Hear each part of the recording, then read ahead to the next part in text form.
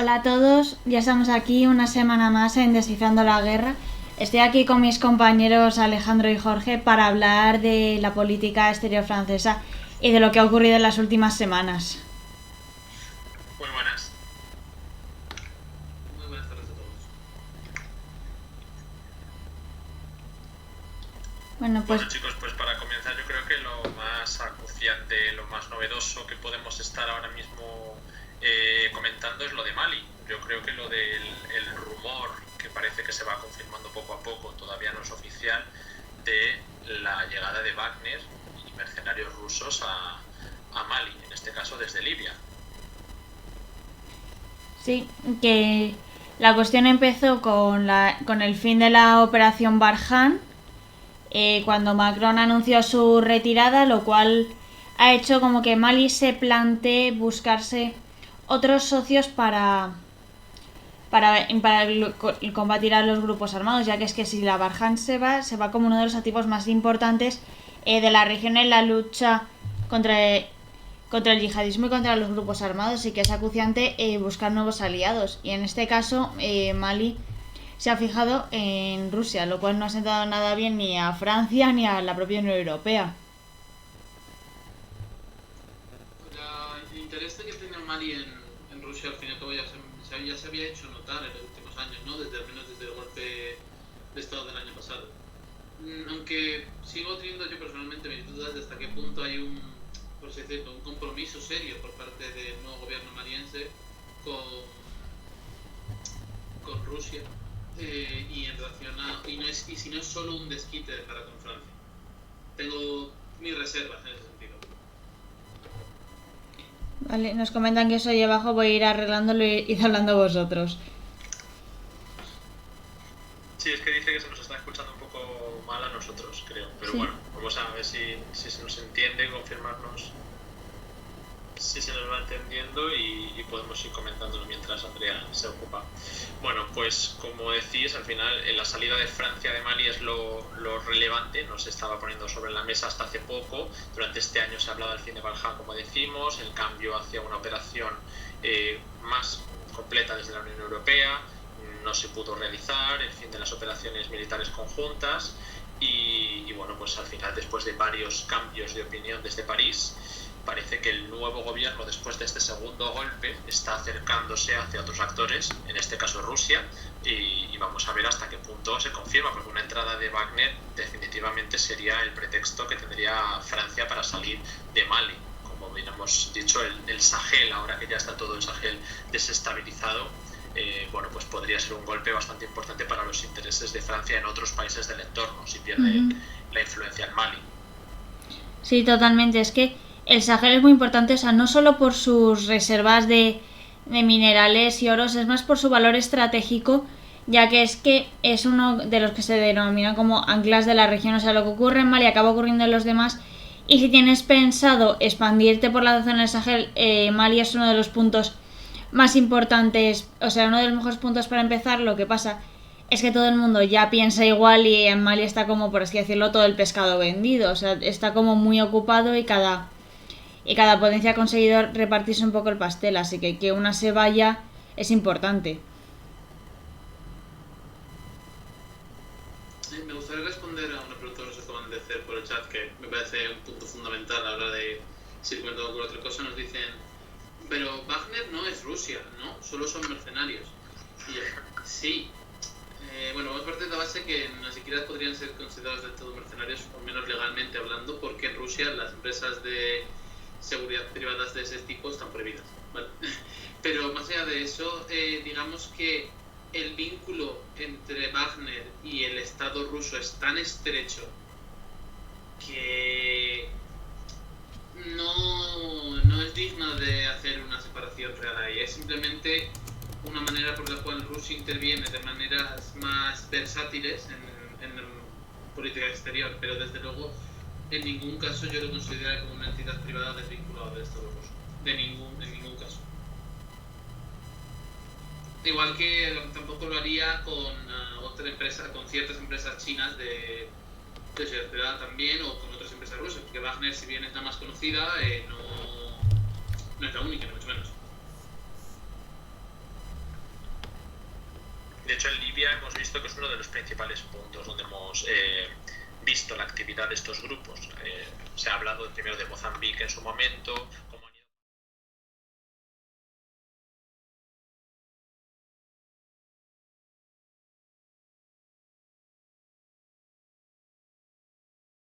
a fortalecer en Mozambique, sí lo ha conseguido en la República Centroafricana. Perdón, que se ha muteado, ¿puedes repetir? Sí, el papel decía que no han conseguido en Mozambique demostrar los rusos, lo han conseguido ahora en la República Centroafricana, y así se están mostrando como un ejemplo en el Sahel y en África Central de garantía de seguridad, de no depender de estos otros países con vínculos más coloniales, tradicionales, que han fracasado en varios intentos de acabar con el yihadismo. Vemos cómo se ha ido convirtiendo la insurgencia del Azawad en el norte de Mali, con lo que ahora es este norte de Mali, con una pelea entre un montón de grupos radicales. Así que esto, si se extendiera a otros países donde tienen intereses, las potencias europeas, sería problema para ellos. De hecho lo podemos hablar ahora, especialmente hablando de Níger y de Chad. Pero para estos países, la búsqueda de su propia seguridad, que garantiza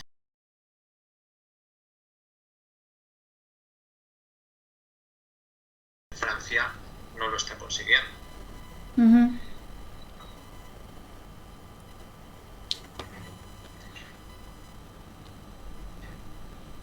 Y bueno, pues no sé. ¿Ahora? Sí, siguiendo con las preguntas que nos hacen, porque siguen preguntándonos sobre Wagner, que ¿quién pagará a Wagner? ¿Mali o el Estado ruso?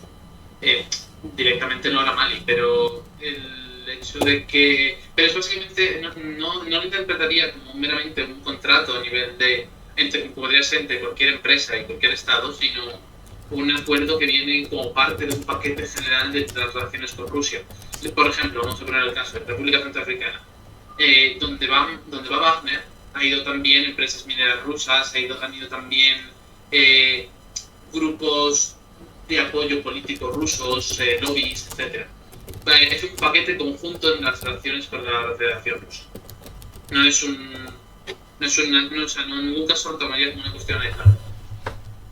No, porque de hecho se hablaba cuando la República Centroafricana de cómo Francia hablaba de que podían estar ganando la guerra, pero no iban a conseguir la paz, ¿no? Y porque al final tener esa influencia rusa significaba tener al Estado ruso detrás, y cómo las relaciones del presidente Touadéra mejoraban con la Federación Rusa a medida que los mercenarios eran los que estaban garantizando el mayor control del territorio frente a los grupos rebeldes, y cómo estos iban perdiendo todo el territorio. Entonces, ese vínculo siempre está ahí, y por eso Francia estaba tan pendiente de lo que hacían los grupos militares y de seguridad en África, sobre todo, porque el Sahel es, como hemos dicho, un área estratégica en varios puntos para ella, y después de lo visto en República Centroafricana supone una amenaza directa para su seguridad nacional, como lo dicen. Por eso con Rusia las relaciones son bastante tirantes y con una dualidad importante.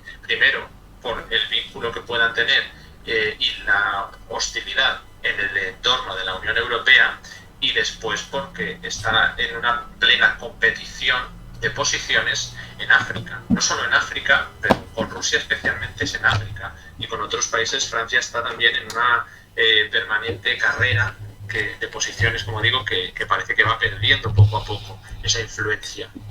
Sí, totalmente, porque es que no solo pierde su influencia en Mali, o sea, ya la ha perdido también en República Centroafricana, y Argelia tampoco es que esté particularmente contenta con Francia. Claro, esta crisis de Argelia, que además la comentamos en el último directo, es especialmente crítica porque ya traslada la tensión al Magreb. Ya no estamos hablando solo del Sahel, donde, por supuesto estaba la crisis de la guerra civil de Libia, que esa ya tiene una importancia geoestratégica de por sí, pero si le añadimos la crisis de Marruecos y Argelia, como digo, ya la comentamos en su momento, pero Francia es uno de los países que era gran aliado o muy cercano de ambos, sobre todo de Marruecos. Y con Argelia, precisamente el actor extranjero que mejor posicionado estaba era Rusia. Uh-huh. Por lo tanto, ahora tenemos otra vez un episodio de competencia entre Rusia y Francia por posiciones en África, y cómo puedes vincular el tránsito de Wagner, en este caso desde desde Libia hasta Mali, o los posibles acercamientos económicos que se pueden realizar desde Argelia, que es un país, como digo, con el que tiene este tipo de vínculos. De modo que Mali está muy bien posicionado para los intereses de Rusia, y sobre todo para aislar ciertos intereses de otros países, como pueda ser Níger.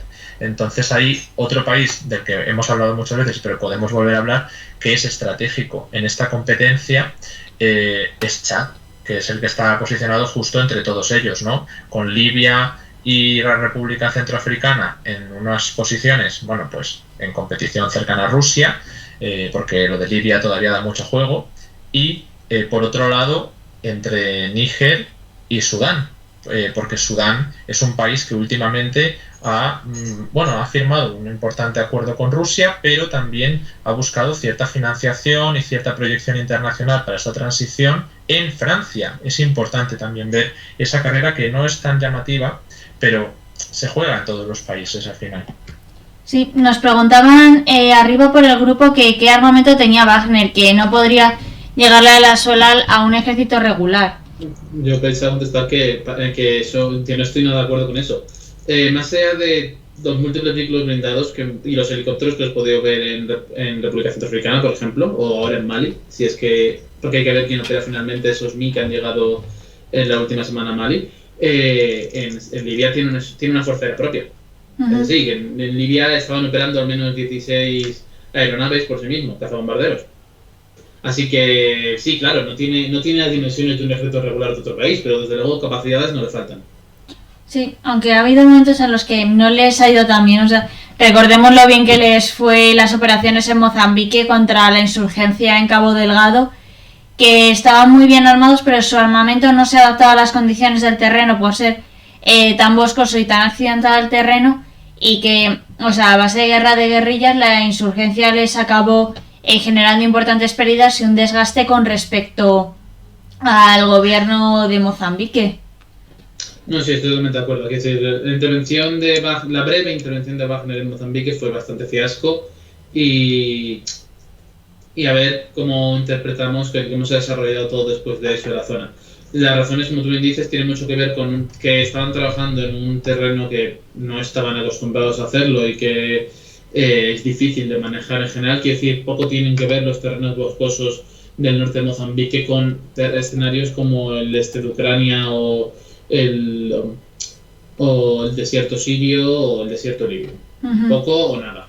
Sí. Y aparte de eso, también yo pienso que ahí, en ese momento específico, Wagner pecó un poco de sobreestimar sus propias capacidades, uh-huh, y de sobreextenderse innecesariamente. Pero es una totalmente otra cosa por mi parte.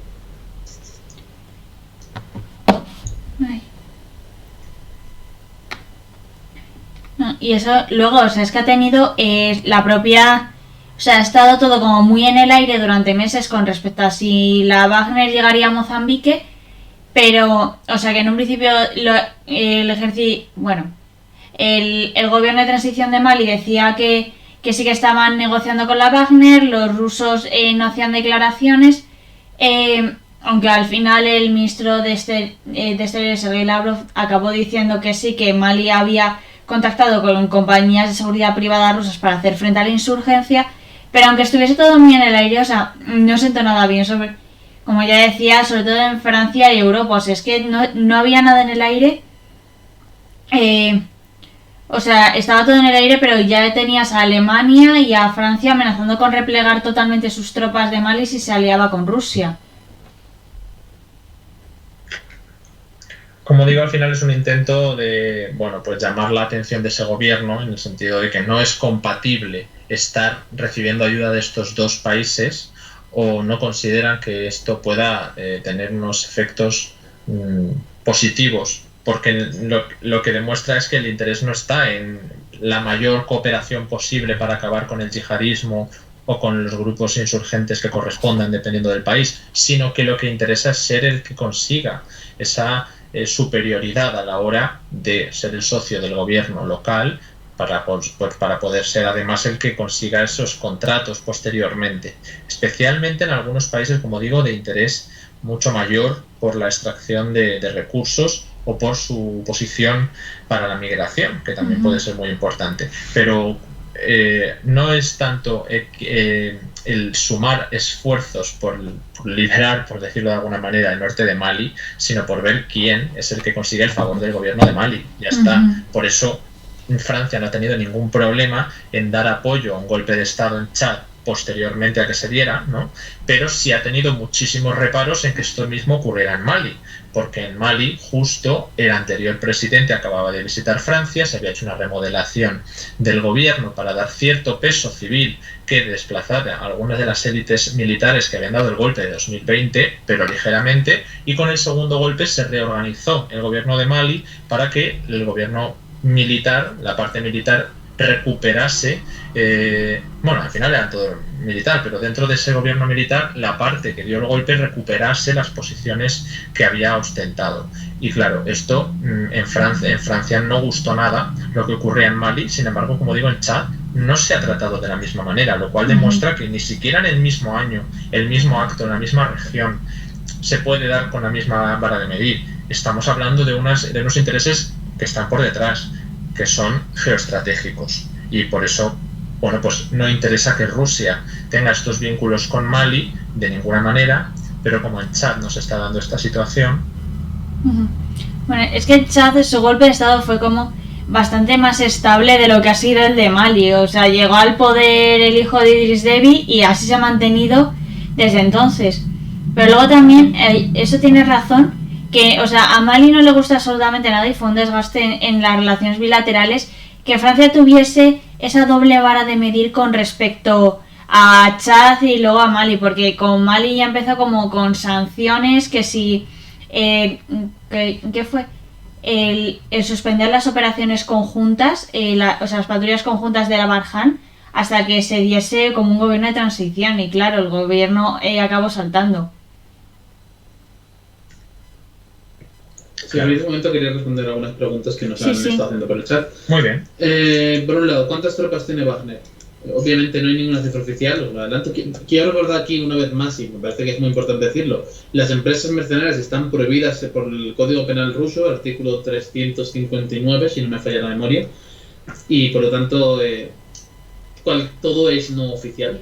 Pero por la escala de las intervenciones que hemos visto, yo hablaría que Wagner tiene aproximadamente entre 3.000 y 10.000 combatientes, no más.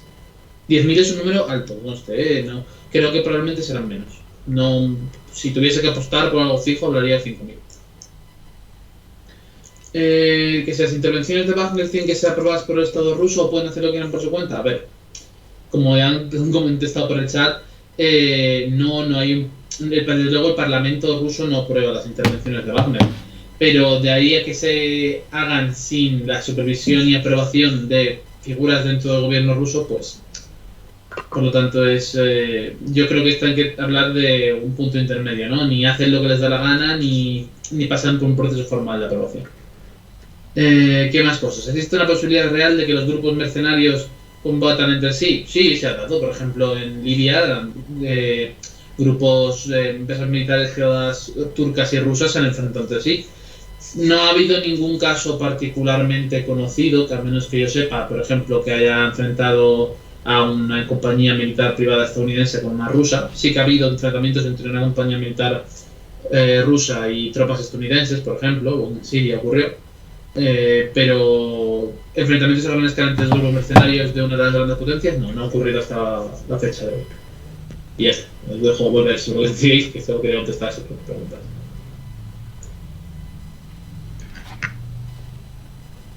Sí, bueno, ya yendo a la cuestión que has comentado de la competición entre varios grupos mercenarios que puede darse, pues de hecho se da en muchas ocasiones también la cooperación en ciertos modos, pero bueno, en este caso la lucha clave, como has dicho, en Libia, viene de esa tensión y ese acercamiento que se da continuamente entre Rusia y Turquía por ver qué escenarios, ¿no?, se pueden ir descongelando, vamos a decir, porque la presencia de mercenarios llevados por Turquía a Libia ha sido un constante en la prensa y en las filtraciones, ¿no? Sobre todo desde Siria, y cómo se habrían llevado hasta Nagorno-Karabaj o cómo se podrían haber empleado en otros conflictos.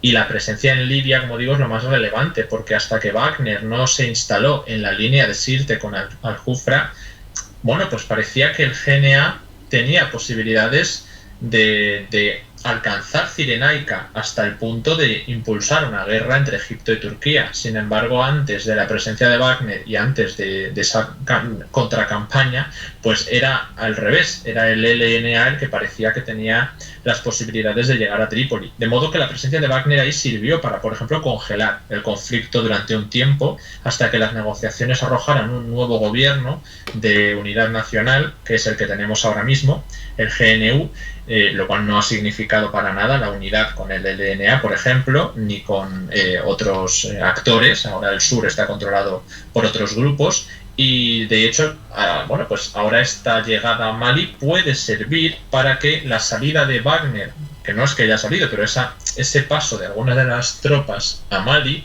ayude a descongelar aún más un conflicto de Libia que ya va apuntando maneras, porque lo estábamos comentando con Jorge algunas veces, como en Libia las elecciones de diciembre parece que no se van a producir o que podrían fracasar. Ya se ha intentado desde la Cámara de Representantes de Tobruk en el este tumbar el gobierno de Unidad Nacional de Trípoli, luego finalmente no era una moción completa. Y también se ha intentado posponer las elecciones, creo que eran las parlamentarias, ¿no? O las presidenciales, una de las dos, a enero, pero que tampoco parlamentarias, ¿verdad? Tampoco se llegó a finalizar.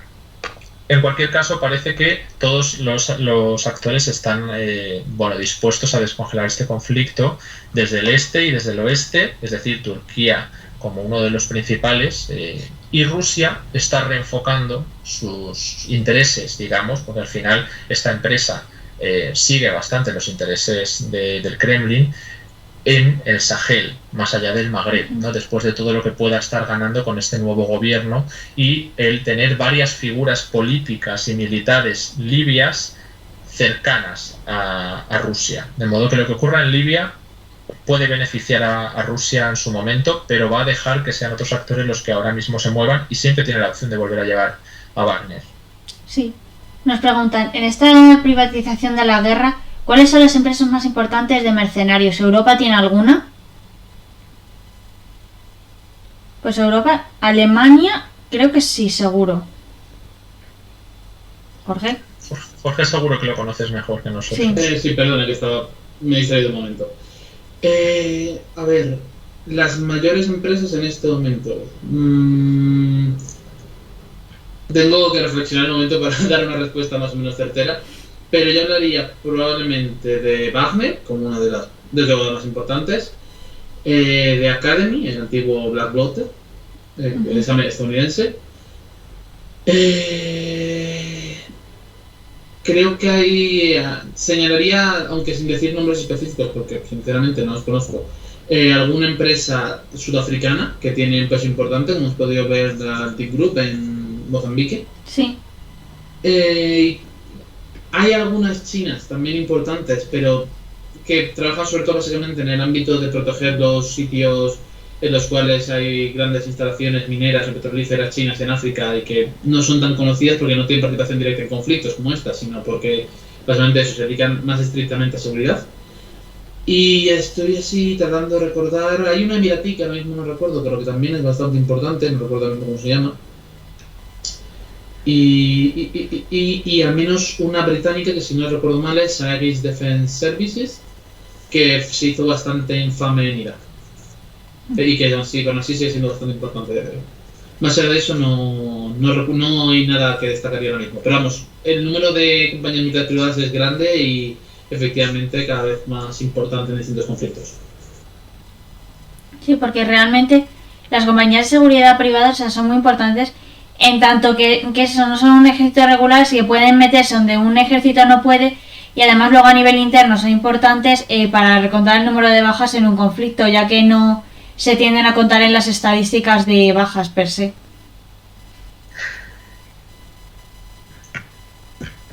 Dicen, ¿está el ejército francés desplegado en algún otro país de África? ¿Dónde no está? Bueno, pero que tenga así mucho éxito llamativo, la verdad es que ahora mismo No. demasiado, ¿no? O sea, sí que ha tenido y tiene, como Estados Unidos ha realizado en muchos sitios, una presencia destacada, generalizada en muchos países, pero no grandes operaciones con objetivos muy claros, más allá de mantener el statu quo, como sí vemos que son las que se están cambiando ahora, ¿no? Todo esto que está ocurriendo en Mali es novedoso, no cualquier operación de Francia nos puede servir para este análisis, porque realmente es esta la que está produciendo un cambio en el statu quo y que puede permitir la entrada de nuevos actores.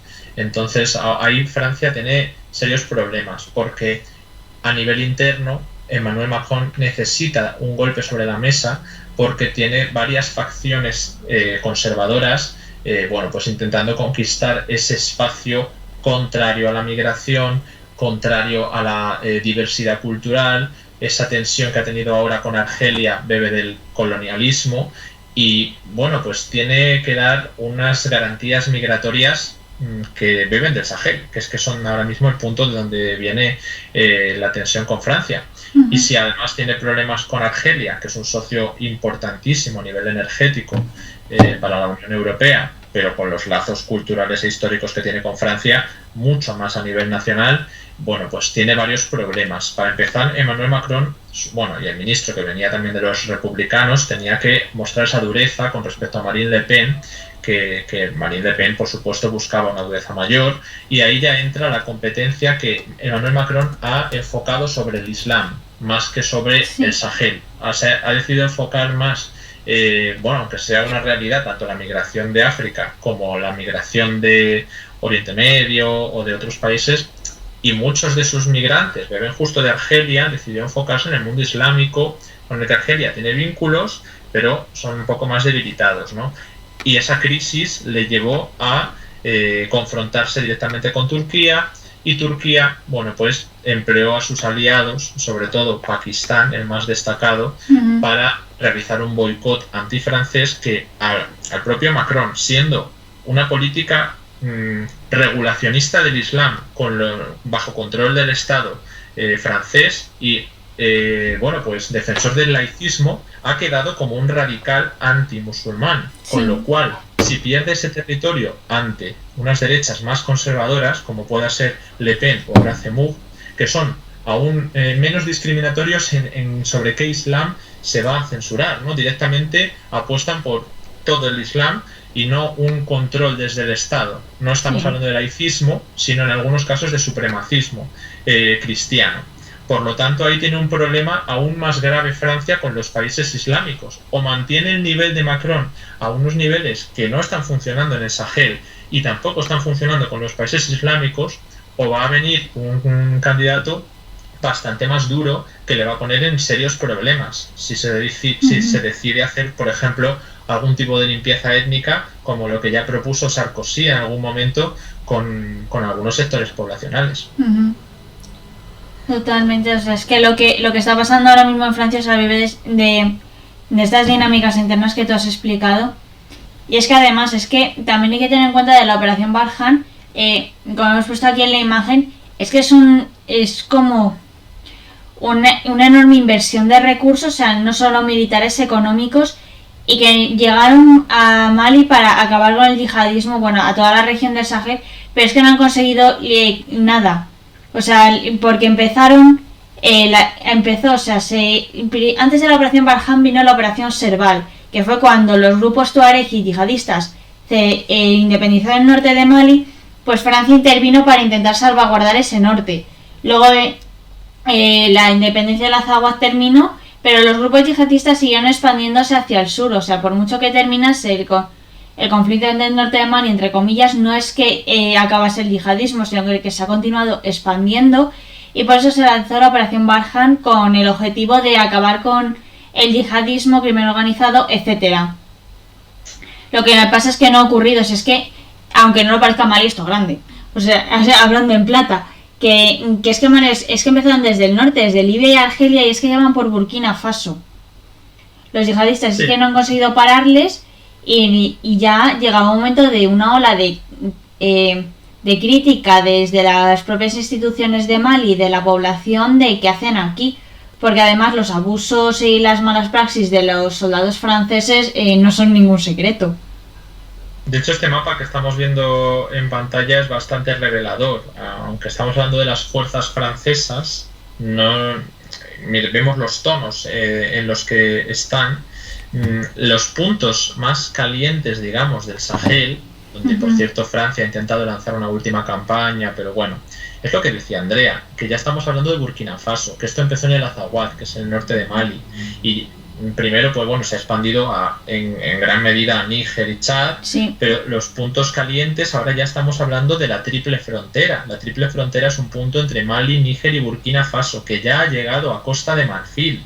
Ese islamismo, ese yihadismo ya ha llegado a Costa de Marfil, y se habla de que podría llegar a otros países. Por ejemplo, Mauritania es un país donde no se da esa desestabilización tan grande y es un candidato perfecto a que esto pudiera ocurrir. Lo que pasa es que hay unos vínculos locales que son diferentes. Pero el otro punto caliente, precisamente yéndonos a Chad, es el del lago Chad, que es justo donde se encuentra también con la frontera con Nigeria. Entonces, Nigeria, que además tiene sus puntos propios en todas las fronteras de yihadismo o de insurgencias, tiene a Boko Haram, tiene el conflicto de Biafra, tiene distintos problemas, también el lago Chad, otras cuestiones, pues se está viendo fuertemente afectada. Y Nigeria, aunque no sea muy mediático, es un país con capacidad de ser una potencia regional, que ahora mismo no está fortalecido, pero es un país con una población y una economía que están llamadas a ser una de las grandes de África.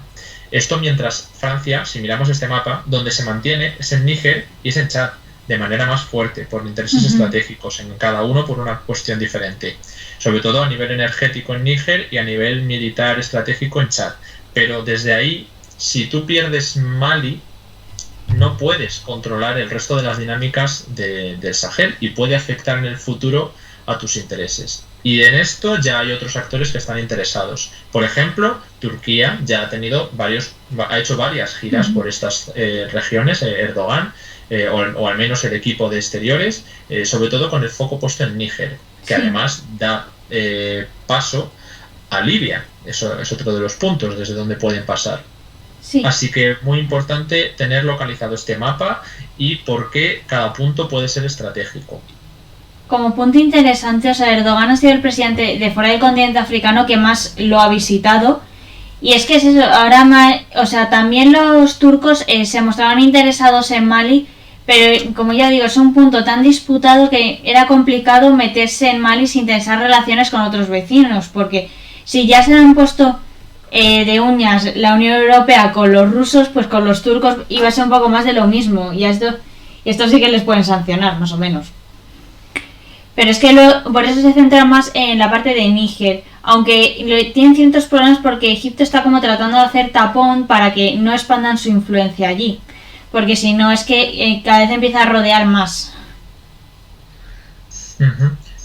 Y bueno, pues este mapa al final sigue siendo bastante interesante, porque sobre Camerún, por ejemplo, hemos visto algún ataque en el norte también. Sí. ¿Y con quién es fronterizo? Con la República Centroafricana. La campaña de la República Centroafricana, uno de los hitos grandes que ya consiguió durante este año, seguro que Jorge nos lo puede explicar mejor, es precisamente reabrir el acceso por carretera con Camerún, que ya han conseguido conectar Bangui, y falta todavía algún tipo de crecimiento en la campaña en el norte y en el este, si no me equivoco, que son el norte está fronterizo con Chad, que es un territorio donde ahí Rusia no tiene tanto ganado. Por lo tanto, se nota la zona en la que se está quedando la influencia de Rusia en la República Centroafricana todavía.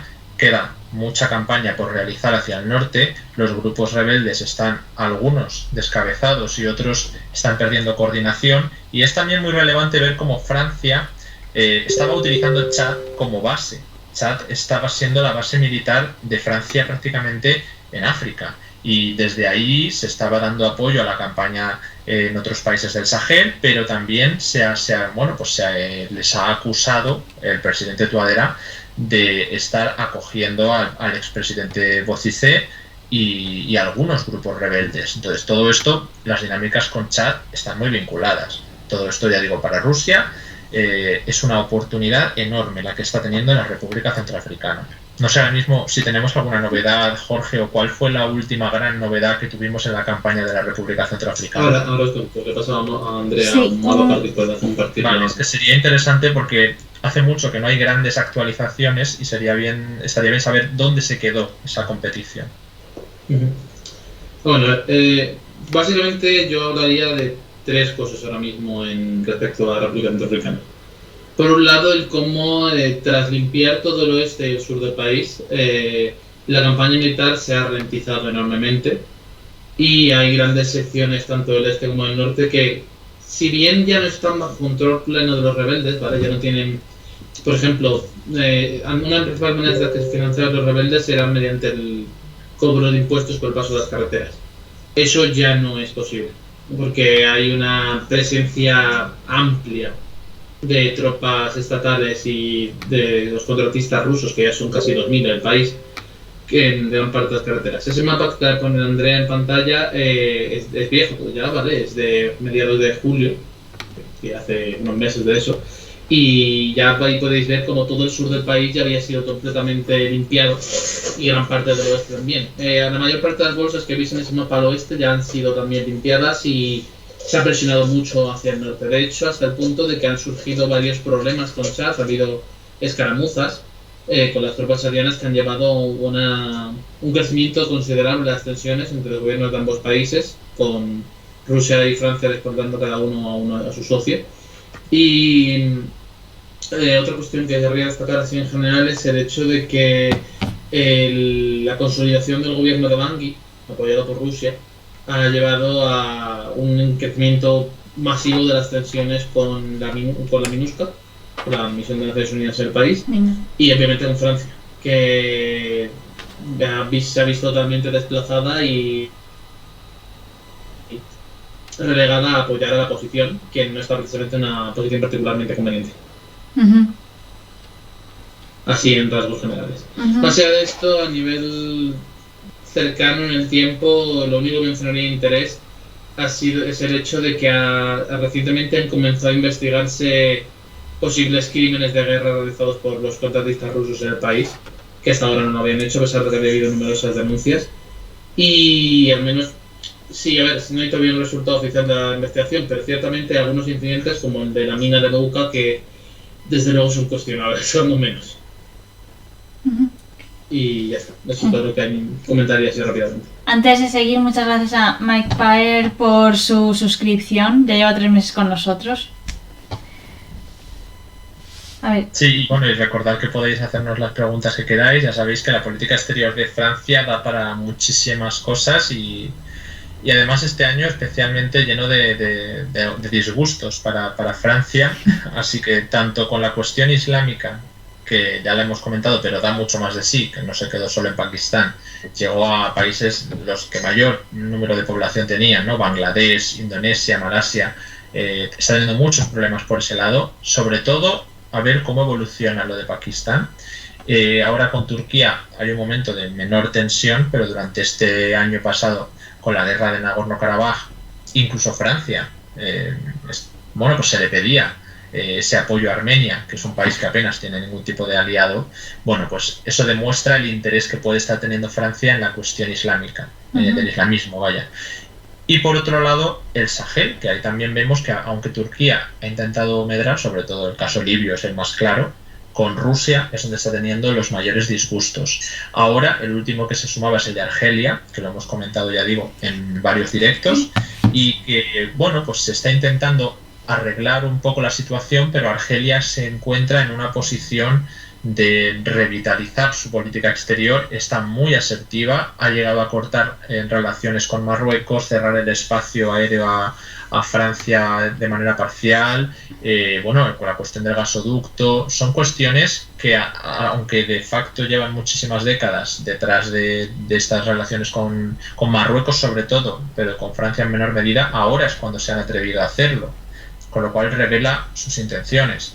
Y en una mezcla de ambas cuestiones, Argelia ha dado precisamente un apoyo simbólico a Túnez, que es uno de los países que estaba intentando apagar, en cierto modo, ese islamismo del partido Ennahda con el golpe de Estado constitucional que ha dado este año el presidente Sayed, que bueno, pues ha llevado a unas buenas relaciones, en cierto modo, con varios actores de Libia, que finalmente todos dieron el apoyo, pero sobre todo con Argelia. Y esto, bueno, pues a priori parecía que Turquía no se encontraba en una gran posición y podía volver a haber competición entre Francia y Turquía por posiciones en el Magreb. En este caso, con Argelia dando apoyo a Túnez y Argelia enfrentándose abiertamente a Marruecos y a Francia, que es una cuestión que, como digo, no es tan sencilla de ver. Sí. Antes de seguir nos preguntan ¿cuán importante es para la sociedad francesa, la gente normal me refiero, la presencia militar en países de África? Pues para la población, o sea, aparte de... Adiós Alejandro, que... O sea, aparte de... O sea, todo lo que sacan de beneficio, la intervención es más bien algo político, es para poder... asegurarse esas reservas y esa influencia que tanto necesitan, porque es que Francia, o sea, por mucha independencia que haya habido, nunca han dejado de necesitar el Sahel. Se me ha caído Jorge. No, si hablamos justo de necesitar el Sahel, lo que decía, que Chad les sirve a nivel geoestratégico como base de operaciones, ya lo hemos explicado, pero lo de Níger es súper importante, porque justo uno de los grandes fuertes que tiene Francia en la Unión Europea es su supuesta independencia energética y cómo no tiene esos problemas de Alemania o de España con sus producciones, ¿no? Que una pues, puede depender del carbón, que ahora además está bastante encarecido, también de capa caída porque los grupos europeos, que son los que han apostado por la política verde mayormente en el mundo, están claramente enfocándose en los combustibles fósiles con el carbón a la cabeza. Entonces Francia vive de la nuclear. En muchas ocasiones lo hemos hablado en los directos de crisis energética, hablando de lo de la crisis de la cadena de suministros.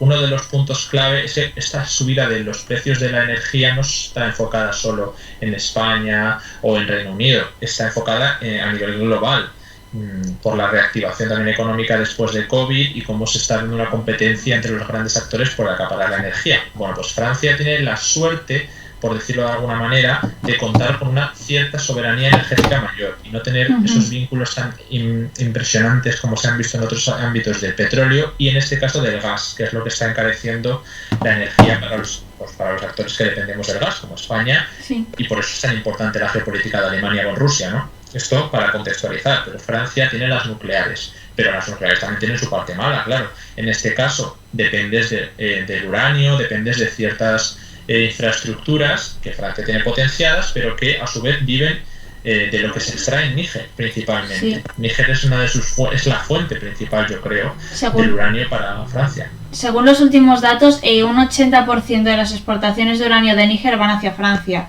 Es que 80% has dicho.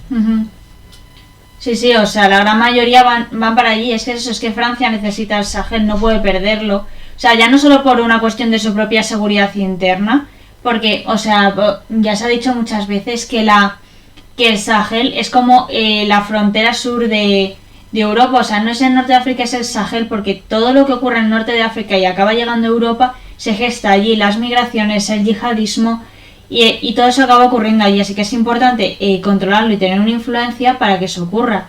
Y es que además es que hay que tener en cuenta que es que el Sahel muchos son excolonias francesas. Y por eso Francia, por una parte, necesita el Sahel, pero al mismo tiempo tenía una ventaja añadida con respecto a los otros competidores. Y era la lengua común y una serie de vínculos, porque es que Francia nunca se acabó de ir del todo. O sea, en el momento de las independencias... lo que se intentaba para evitar que los países se volviesen independientes era como una especie de confederación de todos siendo iguales en teoría, pero que mandaba Francia. Y es que una de sus... O sea, y es que esto se podía ver en, por ejemplo, el Franco CFA que se acabó hace unos años, en las que una parte de las reservas monetarias de los países africanos se encontraban en Francia, así que controla el dinero, controlas a los países. De hecho, justo iba a mencionar lo del franco. Me parece bastante relevante ver cómo Francia, que ya no controla el franco, la soberanía monetaria se supone que se cede al Banco Central Europeo, pues para lograr esa integración en la Unión Europea. Sin embargo, sí controla el franco de los países de África, porque hay como dos tipos de moneda, ¿no? Para el Sahel, justo es el que acaba de comentar Andrea, y demuestra cómo sigue decidiéndose desde París la política monetaria de muchos países cuando ni siquiera pueden decidir sobre la suya.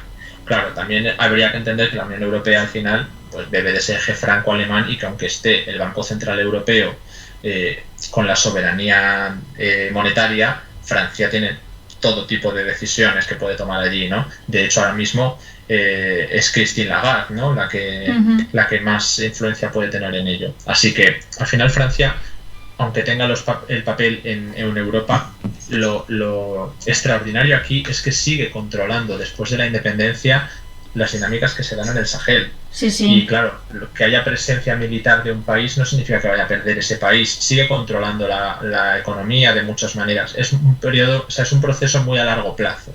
Y se van dando relevos, pues bueno, como el que hemos visto en República Centroafricana. No va a desaparecer Francia de allí, pero sí que es verdad que se están dando cambios importantes. Lo mismo en Libia. En Libia pues había mucho que ganar, y finalmente cuando se derrocó a Gaddafi, son otros muchos los países que están aprovechando la situación para hacer crecer su influencia regional. Eso lo hemos visto con Egipto, con Turquía, con Rusia, con Emiratos Árabes, lo hemos visto con casi todas las potencias regionales, la competencia por el Mediterráneo. Incluso ahora Argelia podría decir algo más incluso que Francia. Francia se limitó a dar apoyo al LNA de manera soterrada y, bueno, pues como todo el mundo, reconocer el GNA y ahora pues el GNU. Pero los intereses de Francia en Libia están bastante tocados, pero no significa que vaya a desaparecer, por supuesto. De hecho, me llama la atención, si hemos visto el mapa anterior, dos de los puntos donde mayor tenemos localizados en color rojo eran Senegal y Gabón, si no me equivoco. Creo que eran esos dos países. Es que es que la presencia de Francia en Senegal es realmente una cosa, o sea, es que ya lo hemos visto cuando fueron las protestas contra Macky Sall, el presidente. Una de las cosas que se hizo fue quemar varias estaciones petroleras, de gasolineras y tal.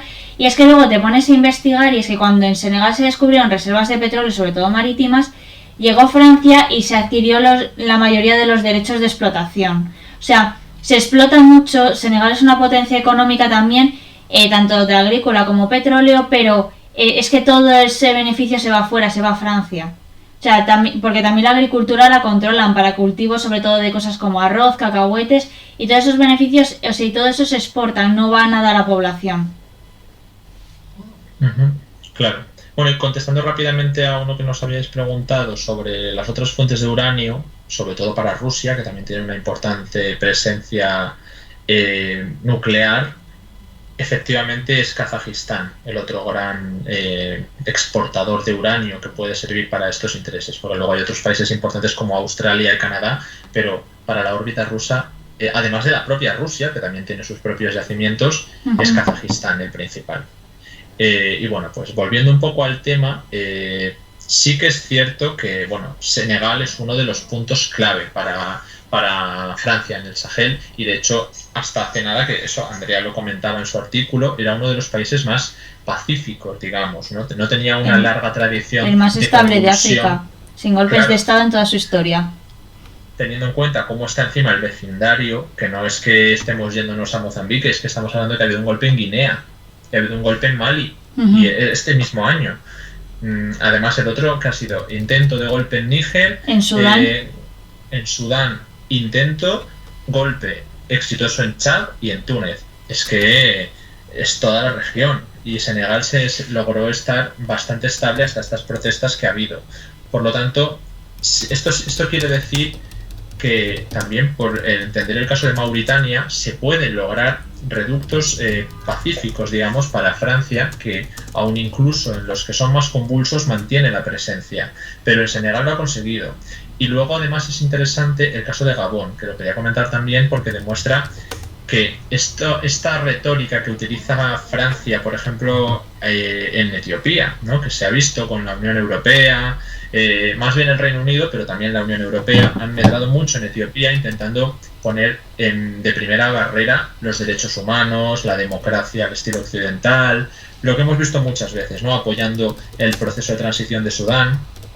Esto es lo que hemos visto de Francia este año y el año pasado, ¿no? Pero este año sobre todo la presión sobre Etiopía ha crecido bastante, y sobre Somalia. La cuestión es que en Gabón, por ejemplo, la misma familia lleva gobernando 50 años y en ningún momento, o sea, Francia sí que ha dado apoyo en ciertas investigaciones junto con Estados Unidos, que esto también lo hemos publicado, pero no ha tenido esos problemas en dar ciertos apoyos a regímenes que no casarían con lo que ellos propugnan, pero son realmente importantes para sus intereses. Vuelvo otra vez a la doble vara de medir, Mali, Chad.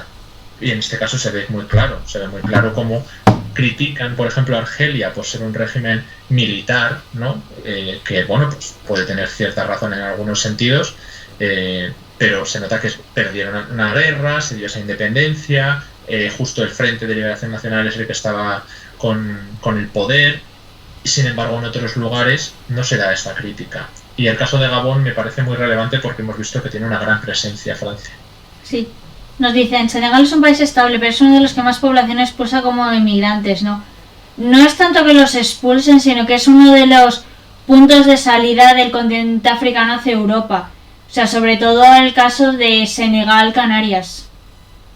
O sea, no es que todos los que salen de allí sean senegaleses, es que las rutas de migración cogen casi desde el sur, van por Mali hacia el este y luego se van hacia Senegal, donde mediante cayucos consiguen llegar a territorio europeo.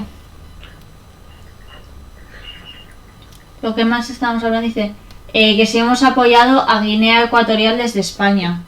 Creo que ya lo comentamos en otro directo, y es que España no le interesa mucho llevarse con el gobierno de Guinea. Bueno, con el gobierno de Alpha Condé en concreto. No, pero estamos hablando de Guinea Ecuatorial, ¿no? En Guinea Ecuatorial lo dice, yo creo, porque realmente Teodoro Obiang sí que ha intentado mantener muchos vínculos con España, sobre todo presentándose en algunos actos o manteniendo vínculos económicos. Ahora, de hecho, Turquía ha mandado una delegación, es interesante, pero España no le ha convenido mucho esa imagen, ¿no? Ellos han apostado, desde España siempre se ha apostado por esa Pax, como hemos explicado, americana, la OTAN, no intervencionismo más allá de lo que dicte la OTAN, y mantenerse de perfil en todos los conflictos que se pueda, incluso cuando te afectan, como es el de Marruecos, ¿no? Con menos asertividad incluso que la Unión Europea. Pero con Guinea Ecuatorial está esa cuestión que por imagen ningún gobierno ha tenido demasiadas ganas de vincularse con ellos, ¿no? Quizás desde hace al menos ya casi 2 décadas, diría. Pero sí, bueno, con el caso de Guinea Conakry es diferente porque, bueno, pues se ha dado un golpe de estado este año y no ha habido ningún país que haya apoyado el golpe, ¿no? En ningún caso se va a dar ese apoyo al golpe, pero sí es representativo qué país hablaba de condena al golpe y liberación del presidente, que yo creo que fue Estados Unidos el que no lo hizo. Sí, no dijo nada de liberar al presidente, lo cual llamó bastante la atención. Luego, ¿qué más nos preguntaban?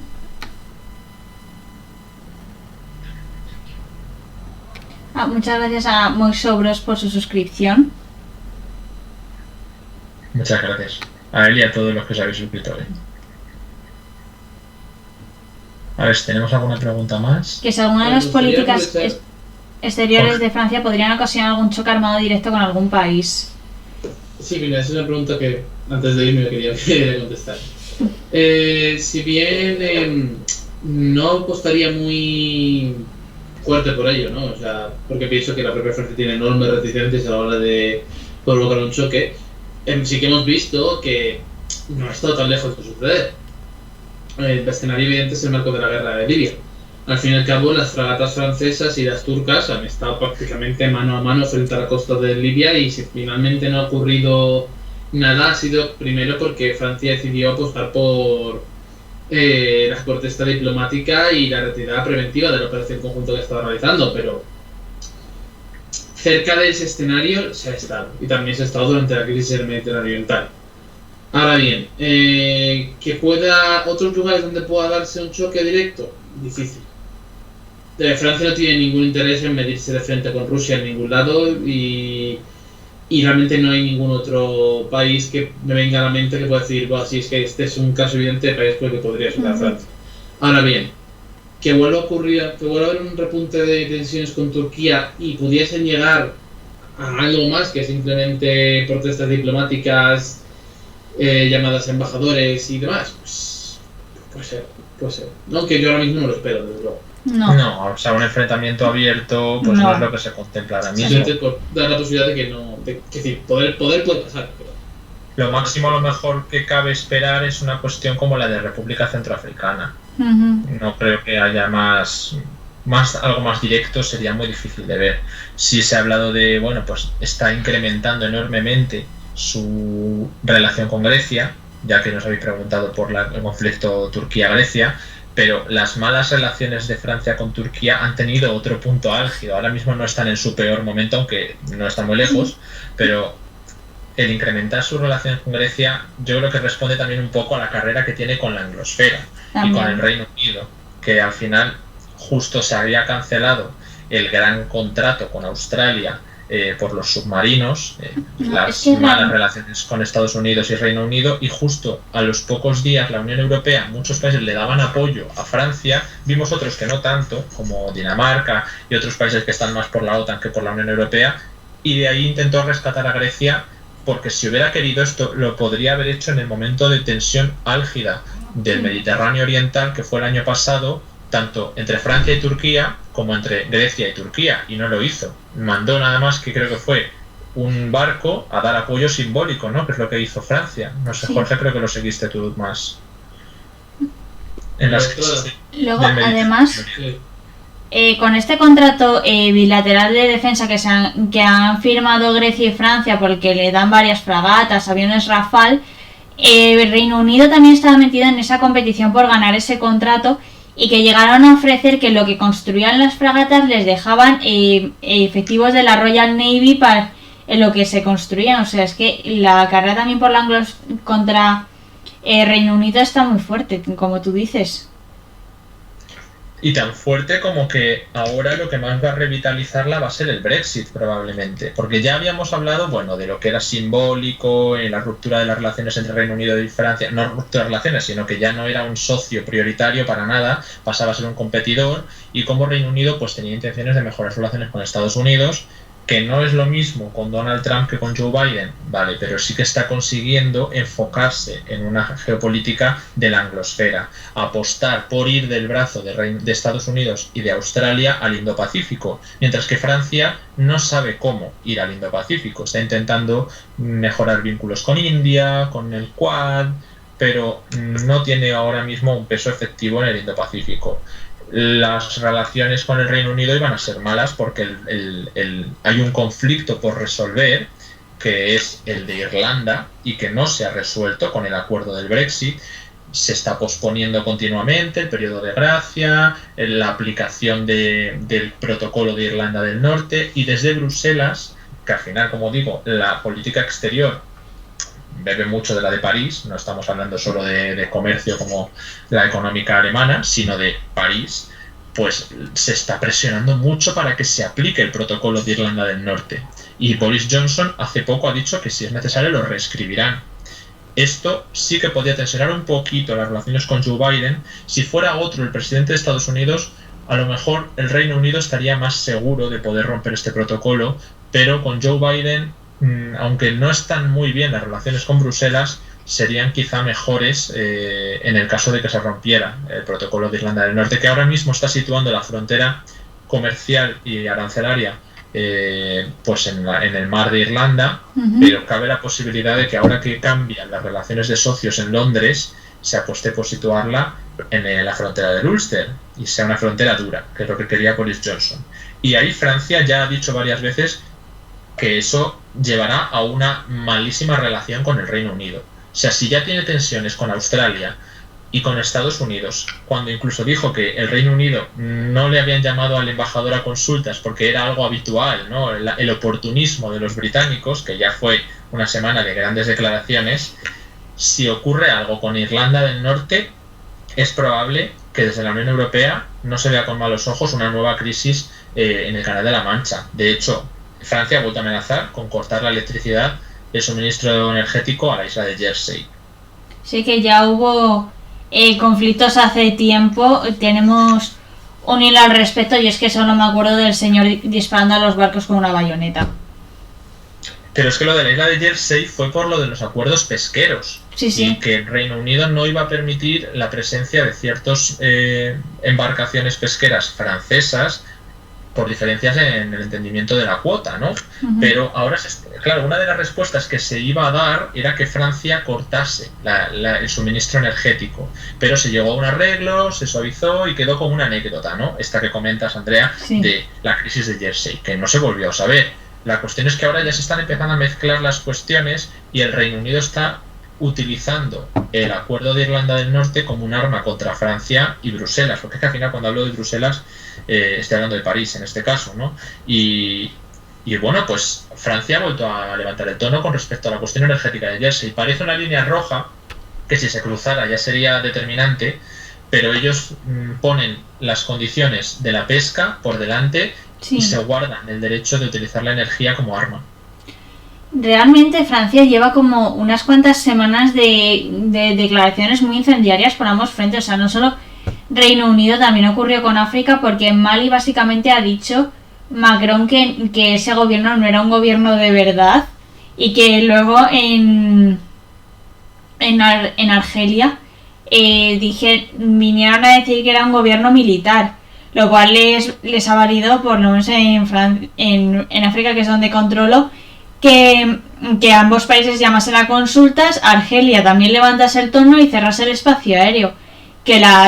Y es que los mapas de monitorización de vuelos eran un espectáculo, porque los aviones franceses tenían que meter un rodeo inmenso para poder llegar.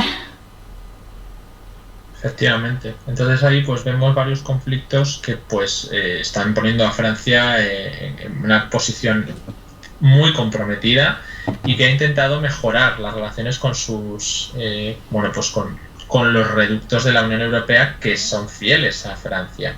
Y ahí pues en muchas ocasiones ha estado el sur, en algunos momentos, porque Francia ha modulado el discurso, y con especial énfasis en Grecia, que es lo que justo comentábamos antes Andrea y yo, de qué es lo que estaba ocurriendo con Grecia. Es lo más importante quizá ahora mismo. Está intentando pisar el territorio, porque Grecia también ha sido un punto de influencia británica tradicional. Ha sido bastante tradicional ahí. Entonces, bueno, pues tiene mucho que ganar, porque la Unión Europea, no toda la Unión Europea es pro-francesa ni pro-Unión Europea. Estoy hablando de Visegrado y de los Bálticos, sí, que al final tienen un grupo propio, y muchos hanseáticos tienen una relación más estrecha con Alemania, o entre ellos, ¿verdad? Pero Francia tiene bastantes aliados y ya si empieza esta carrera, que no parece que vaya a empezar, entre Estados Unidos y Francia, la Unión Europea pues se podría dividir un poquito más de lo que ya está dividida internamente. Sin embargo, parece que Francia no va a meterse en no se va a meter en ese problema, porque con Estados Unidos y encima con una administración demócrata no le interesa realizar esta carrera de posiciones. Con el Reino Unido igual sí ocurre, porque puede conseguir que todo el bloque se posicione más cerca de Francia y de Bruselas. Pero con Estados Unidos se va a quedar en una cuestión, yo creo, de estrategia con respecto al Indo-Pacífico. Sí, aunque es que es eso, Francia actualmente se está metiendo en muchísimos frentes, o sea, se está moviendo en muchos frentes con mucha rapidez a la vez, y de verdad le renta, porque por ejemplo el Indo-Pacífico, realmente lo importante es que me saldrá la palabra, perdón. ¿Qué beneficios podría sacar de intervenir en el Indo-Pacífico y dejar de lado la operación Barkhane en el Sahel. No sé cómo lo veis. Otro punto interesante que además comentan es la campaña electoral, que muchos de estos movimientos hay que entenderlos a nivel interior. Lo de Macron necesitaba pues dar esas salidas, como ha hecho Biden, de otros puntos conflictivos para intentar ir hacia el Indo-Pacífico. La cuestión es que Macron sigue leyendo la situación como un seguidismo de Estados Unidos. El que tiene una competición con China es Estados Unidos. La Unión Europea ha estado a punto de llegar a importantes acuerdos con China y también con algunos países interesados en mejorar la relación con Rusia. De hecho, Francia propuso una conversación Rusia-Unión Europea que fue rechazada, pero también ha mantenido esa doble vía, ¿no? De intentar paralizar, por ejemplo, el Nord Stream 2, que también fue rechazado, en este caso por Alemania, y bueno, pues toda la campaña que se ha hecho contra Bielorrusia, que ha servido desde Bruselas, con intereses específicos en Polonia y Lituania, no ha servido a nada más que para fortalecer a Rusia y apuntalar a Lukashenko. Es decir, Francia no ha conseguido sus objetivos con respecto a Rusia. ¿Por qué iba a meterse en un conflicto con respecto a China, donde no tiene prácticamente nada que ganar? De hecho, la anglosfera tiene bastante más que ganar por los vínculos históricos que han tenido. Bueno, pues en la ocupación de China, los vínculos con Hong Kong, Estados Unidos tiene unos importantes aliados como son Japón, Corea del Sur, y de ahí puede haber intereses en defender la posición de Australia, que siempre ha sido el que media en ambos bloques. Pero Francia, los intereses que pueda tener ahí son importantes, pero no son del calibre, son seguidistas. Entonces hay una lectura todavía de intentar vender el mundo occidental como primacía que ya no está ahí, y que bebe también de una dinámica de elecciones internas, que son las del año que viene, donde Marine Le Pen o Eric Zemmour pueden ofrecer una alternativa más dura, una reconversión de la Unión Europea y quizá, en algunos casos, sobre todo el de Le Pen, una salida del mando integrado, el mando militar de la OTAN. Sí, o sea, es que tú lo has resumido muy bien, no queda casi nada que decir. Son muchísimas cuestiones con respecto al Indo-Pacífico, pero hay otros puntos. No, pero lo que has comentado es muy importante, porque es que Macron creo que fue el primer presidente o de los primeros que llamó a decir, oye, ¿qué tal si realmente nos ponemos a conversar con Rusia? Ese fue un punto bastante importante, pero es que ese debate se cerró como con muchísima rapidez. A ver, yo diría que realmente estuvo rodando durante un año el debate, pero que no llegaron a ninguna conclusión satisfactoria tampoco con los rusos, porque no era fácil llegar a ella de ningún modo. Y que aún así, pero lleva razón de que no es lo habitual. Aún así, Francia siempre ha sido el díscolo del atlantismo en Europa, ¿de acuerdo? Quiero decir, no nos engañemos. Quiero decir, Francia siempre ha sido el que ha planteado la posibilidad de territorio europeo, Francia siempre ha sido el que ha planteado la posibilidad de autonomía estratégica, Francia siempre ha sido el que ha intentado jugar sus propias cartas y ha sido el que se ha salido ya estructurando el conjunto de OTAN anteriormente y el que se ha permitido disputarle más abiertamente a Estados Unidos sus posiciones.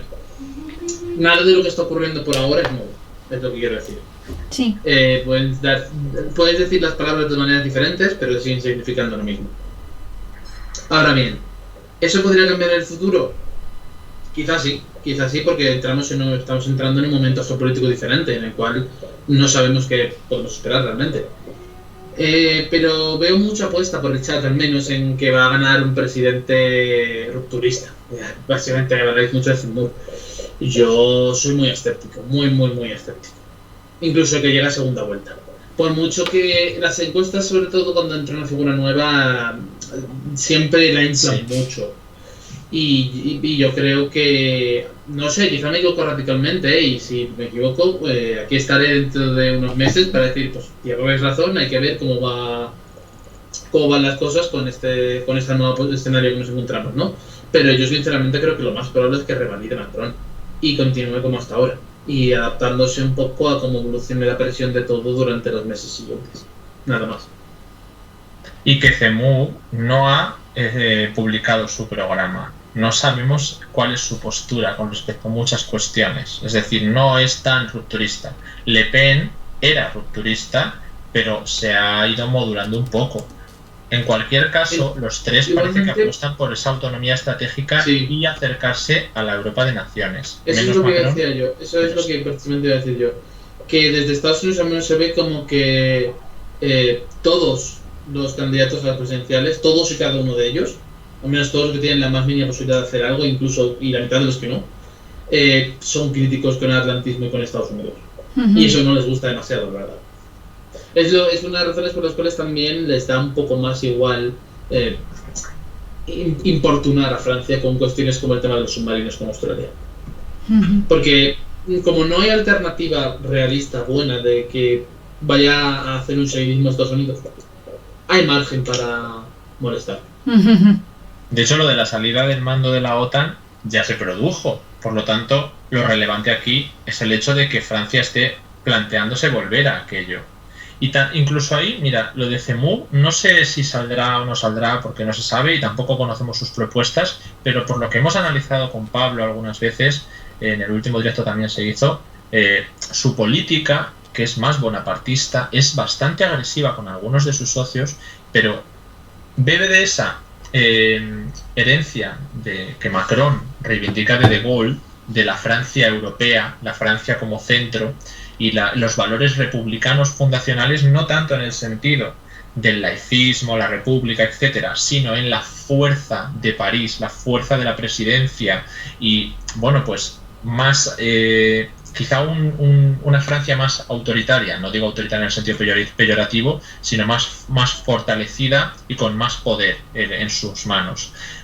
En ese sentido, sí podría recoger lo que Macron ha dejado de intentar volver a poner a Francia en el centro, porque la autonomía estratégica no es una Unión Europea en la que todos van a decidir en conjunto lo que se hace a nivel exterior, cosa que es imposible.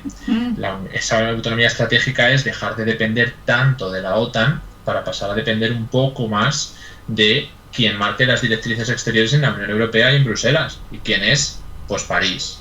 Por lo tanto, por eso Francia es la que más ha estado, como dice Jorge, interesada siempre en la autonomía estratégica, en el ejército europeo, y hasta que no ha ocurrido lo de Afganistán, no han venido todos los demás países europeos a rogar porque de verdad la Unión Europea tenga algo de peso. Pero esto ya digo, Macron tiene una apuesta por esa Francia más central y con ese poder en Europa que bebe de, como digo, de Gaulle y de Mitterrand, pero Eric Zemmour, aunque no sepamos sus propuestas, solamente recoge la fortaleza de la presidencia. No creo que sea para nada laico, va a ser mucho más agresivo a nivel exterior, sobre todo con el mundo islámico y con algunos países tradicionalmente europeos. O sea, quiero decir, los que representan ese tradicionalismo de la Europa occidental, los valores demócratas, se acercaría mucho más a la Europa de naciones, que es una cuestión que ya Le Pen defendía súper fuerte y que se había debilitado un poco con su aceptación del euro, de la Unión Europea, todas estas cuestiones que de hecho Francia rechazó la Constitución Europea. Es un país que ha sido crítico en algunos momentos con este sistema imperante, pero Le Pen ha dejado de ser tan rupturista. Sí, es que lo que dices es muy interesante de que Macron busca llevar a Francia a ser el punto central, o sea, por lo menos de la Unión Europea y de Europea contra el mundo islámico y en el Indo-Pacífico intentar meter cabeza. Pero es que lo que intenta es que hay que saber controlar muy bien los tiempos para hacer eso. Yo, en mi opinión, está llevando como una política excesivamente agresiva en demasiados frentes, lo cual le puede acabar saliendo mal. O sea, aquí como experta en turcos, lo que aprendes de monitorizar ese país es que tienes que controlar muy bien los tiempos de a quién vas apretando. Porque como lo hagas con todos a la vez, es bastante probable que les des puntos de unión para aliarse contra ti. De hecho, Francia parece que lo está haciendo así. Parece que estuviera teniendo los problemas todos a la vez, mientras que Turquía, que llevamos un año diciendo que tiene montones de problemas, no ha tenido una entente en su contra. En el momento de Libia y del Mediterráneo Oriental se intentó, los Emiratos Árabes yendo a Grecia, reuniones, bueno, ejercicios con Egipto, en torno a Chipre, había movimientos, Sí. pero no se han conseguido consolidar. No. Después Egipto ha tenido muy buenas relaciones con Estados Unidos y también una influencia, bueno, un poco menor pero importante de Rusia, pero en el Mediterráneo Francia ha quedado, bueno, pues con Grecia y Chipre efectivamente, en ese papel europeo que estamos comentando, ha perdido la influencia en Libia, no tiene unas grandes relaciones con estos otros países y bueno, pues ha sido bastante complicado organizar algo contra Turquía. Es que mientras intentaban construir un entente contra Turquía, Turquía iba deshaciéndola por otro lado. Y es lo que digo, es que cuando intentas crear un papel central de tu país que tenga más peso en el panorama internacional, inevitablemente vas a tener tensiones, inevitablemente vas a acabar chocando con otros países y te vas a acabar mirando feo con ellos. La cuestión es saber medir los tiempos y tus acciones para ver cómo hacer para que se organicen en el tiempo y no puedan tener un entente. O sea, como en el caso que hacía Turquía, yo lo siento, es mi tema, pues eso, en un momento apretaba a Grecia, luego aflojaba con la Unión Europea, luego que sí Egipto, y ahora lleva un año, bueno, o más 8 meses, que no hace nada. O sea, ahora ha rebajado las tensiones con Emiratos Árabes, que son muy importantes. También. Y con Arabia Saudí ha habido algún conato también, pero bueno, el más importante es el de Emiratos Árabes. Uh-huh. Sí, por eso es que Francia está haciendo todo lo contrario, está presionando en todos los frentes a la vez, lo cual puede salir bastante complicado, bien porque la acabe desgastando a nivel de recursos y político o porque se encuentre con un frente unido contra ellos. Entonces también es muy complicado porque Estados Unidos no son relaciones estancas, ¿no? Estados Unidos media en todos ellos, y es un país que mueve más a los demás contra Rusia de lo que lo hace Francia. Francia va a intentar la Unión Europea tanto para normalizar las relaciones como para tensar en algunos momentos y no lo ha conseguido. Pero Estados Unidos mueve muchos países, entonces por mucho que Francia pierda posiciones, es difícil ver en qué momento todos los rivales o competidores de Francia o alguno de ellos diga abiertamente yo me voy con Rusia, ¿no? Que es lo que ha costado mucho en República Centroafricana, lo que hemos comentado del Sahel, que hay una competición, pero ¿en qué momento montas una entente con Rusia? Eso está muy lejos de ocurrir, porque hay muchos países pues, que están más a otros actores, como puede ser Turquía. Bouteflika, según el periodo en el que mirases, tiraban más hacia Rusia que hacia Francia. O sea, sí, Bouteflika sí. Y sí. Tebboune. Y Tebboune también. O sea, no de manera tan descarada como Bouteflika, pero eso sí, si Francia continúa presionando a Argelia, que ya hemos visto que no se queda nada corto a la hora de responder, no sería raro que dijese me voy definitivamente con Rusia.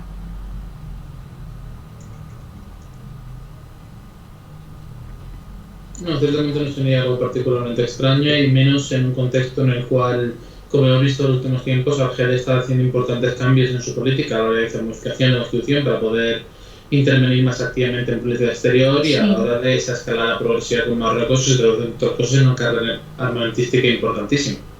Qué bien se llevan con Marruecos. Y que además ha sido inmediato, porque es la reforma de la Constitución, que no tuvo prácticamente ningún apoyo a nivel interno, enseguida ha dado paso a una época en la que Argelia se ha vuelto muy asertiva a nivel internacional. Es una cuestión que, bueno, pues ha sido bastante rápida.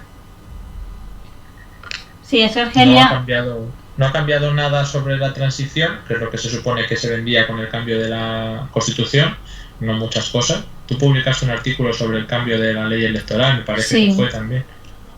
Que lo único que hace es básicamente que a los dos mayores partidos pues les otorga todavía más peso. O sea, también buscando que el partido de Tebboune llegue a gobernar con mayoría absoluta. Pero es que Argelia se ha mantenido como muy de medio lado durante mucho tiempo y parece que el gobierno de Tebboune quiere cambiar eso.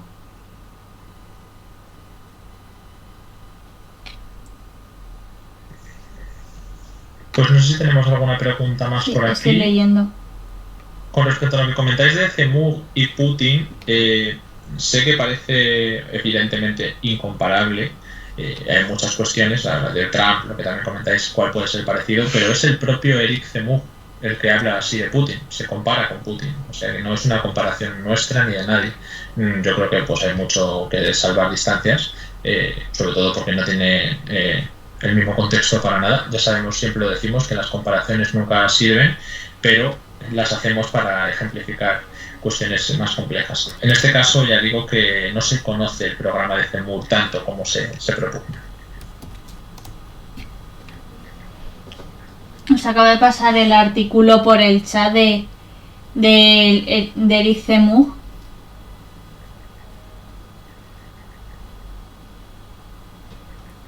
A ver, ¿alguna preguntita más?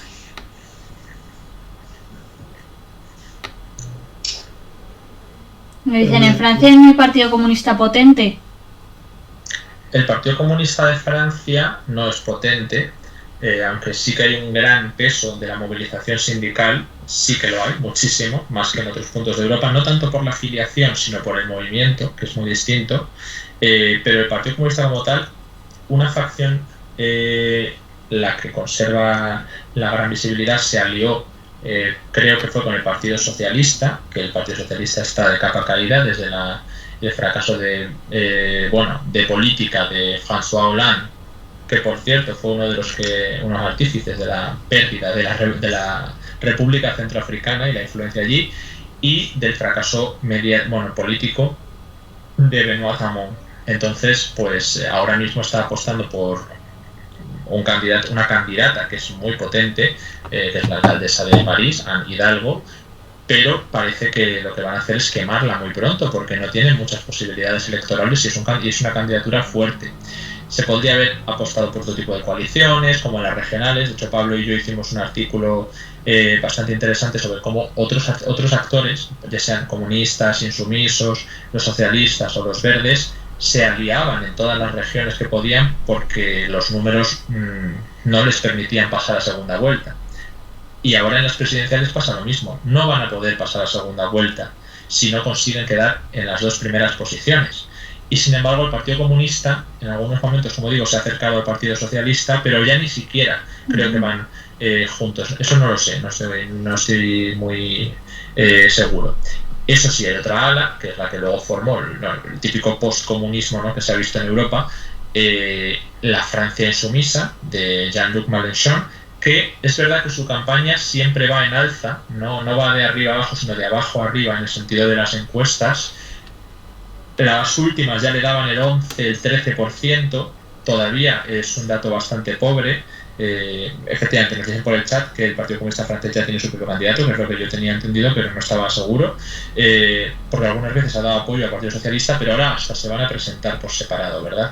Y tenemos entonces el candidato verde, que está muy fuerte en algunas ciudades, como pasa en muchas partes de Europa, el candidato comunista, que tiene muy malas proyecciones, el candidato socialista, la candidata socialista, que ya digo es una candidata potente, pero no tiene tampoco muchas posibilidades, y aun con todo parece que Jean-Luc Mélenchon podría ser el otro candidato que tenga alguna posibilidad, y sin embargo yo creo que está bastante lejos de tenerla. Como ha dicho antes Jorge, la única alternativa ahora mismo que se presenta a cualquier candidato de extrema derecha es Emmanuel Macron. Pero todo podría pasar porque ni siquiera los conservadores tienen candidato. Sí, nos preguntaban también que si el nuevo gobierno alemán, cuando se conforme, ¿cómo afectaría este nuevo gobierno a las relaciones con Francia? O sea, ¿tú que has estado llevando más este tema de las elecciones alemanas? ¿Cómo has dicho, el nuevo gobierno de Alemania en relaciones con Francia? Sí. Pues ningún problema. Con la Francia actual, ningún problema. Porque tenemos a los liberales, a los verdes y a los socialdemócratas, que es lo que desde el día de las elecciones de Alemania parecía que iba a ocurrir, la coalición semáforo. ¿Y quién gobierna en Francia? Los liberales. Los liberales con candidatos que vienen del Partido Conservador y del Partido Socialista. Cada vez menos, ¿no? Al final todos son ya liberales o conservadores, pero al final el Partido Socialista francés y el SPD alemán, que es el Partido Socialdemócrata, no son partidos de izquierda. Sobre todo el SPD, que viene de gobernar con Merkel. Sí. Un gobierno del SPD no es nada que chirríe con políticas liberales. Y si a eso le añadimos el Partido Liberal alemán pues prácticamente es un refuerzo de esa alianza del eje franco-alemán. Lo que tenemos que ver es qué es lo que ocurre en Francia, porque ahora que Alemania, aunque no haya dado un cambio, al final es continuista, pero bueno, se puede decir que hemos pasado de los democristianos a unos socialliberales con los liberales y que va a aplicar un poco de política verde, tampoco dista mucho del liberalismo en ese caso.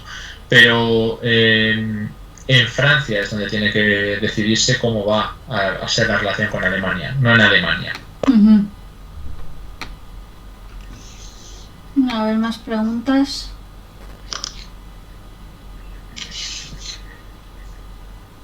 Hemos perdido a Jorge. Está apagado y fuera de cobertura.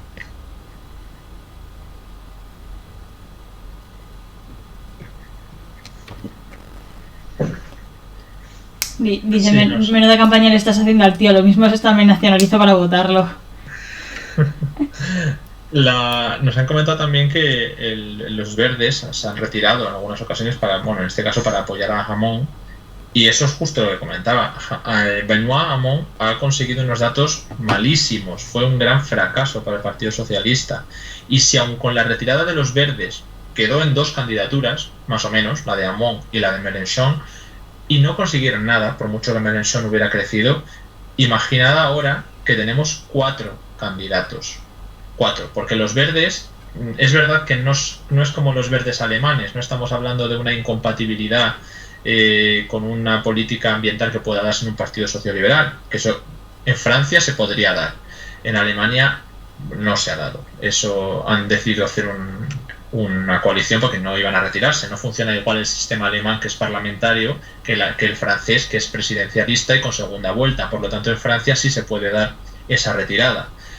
En las regionales, como digo, ocurrió. Lo que pasa es que en las elecciones municipales los verdes obtuvieron tan buenos resultados, tan buenos, que no se iban a quitar. Y además tienen un candidato bastante fuerte dentro de lo que es el espectro verde. Ha tenido muchos apoyos y está en un momento álgido. No lo van a retirar solo por ser el mal menor, ¿no?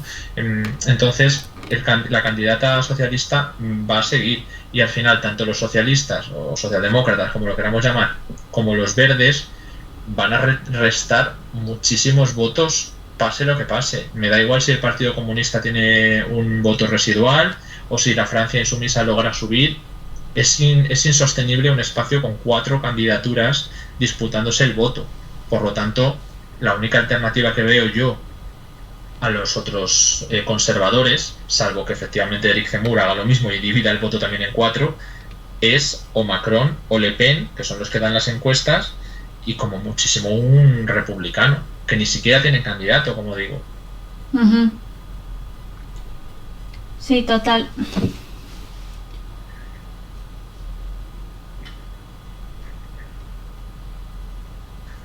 ¿Alguna pregunta más? La derecha nos han dicho que está dividida, pero como digo, está dividida en 3 y con uno mucho más debilitado. Entonces, justo son los 2 que van a disputarse la segunda vuelta. Lo que quiero decir es que si miráis las encuestas, veis a Macron y a Le Pen. Y la alternativa, en tercera posición, es el republicano. Por lo tanto, la derecha iba a poder llegar a la segunda vuelta seguro. Si el republicano es Xavier Bertrand, lo veremos. Hay otros candidatos también que vienen de haber tenido un gran resultado en las elecciones regionales, como Valérie Pécresse, ya no me acuerdo de los nombres exactamente, pero no iba, sea quien sea, si se presenta Eric Zemmour, las encuestas ya le dan como tercero. Estaría entre Macron, Le Pen y Zemmour. Como mucho habría un republicano, pero ¿dónde está la izquierda aquí? Ninguno de los 4 candidatos de izquierda tiene posibilidades ahora mismo. Mélenchon el que más, y tendría que crecer bastante para que alguien apostara por el voto útil, que ahora mismo no está claro.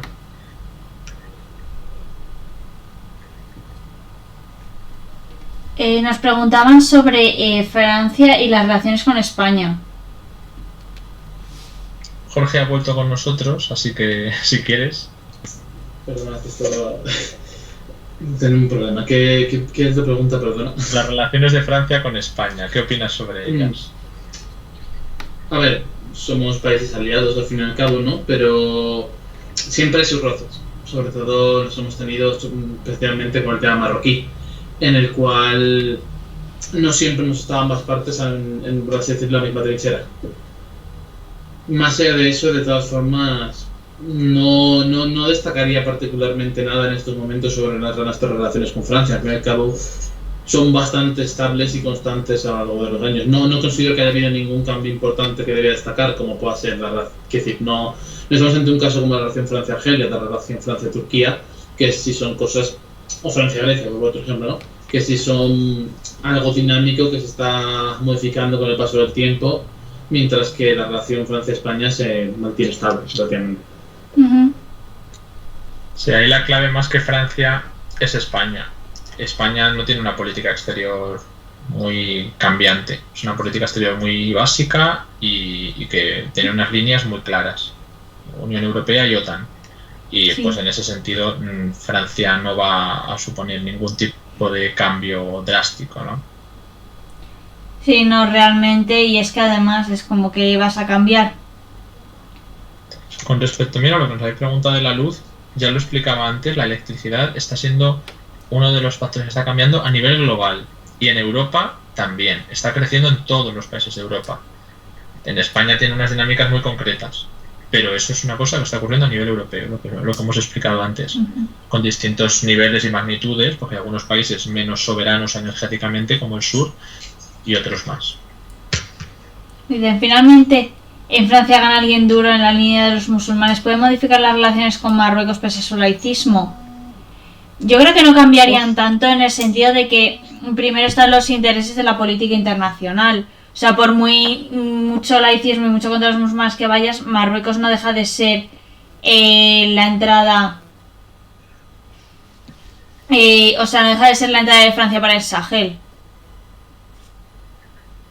Sí, yo creo que es un poco eso. Yo creo que las relaciones exteriores siempre han estado por encima de esto, que al final la cuestión nacional, la cuestión étnica ha sido tan propagandística siempre que hemos visto a muchos líderes amistosamente con países con los que, según su ideología, podrían ser inferiores o podrían ser rivales mortales, y no ha habido ningún problema. Así que yo creo que lo de Marruecos es estratégico y estaría por delante. Quizás se podría usar esa retórica contra Argelia, pero contra Marruecos no creo.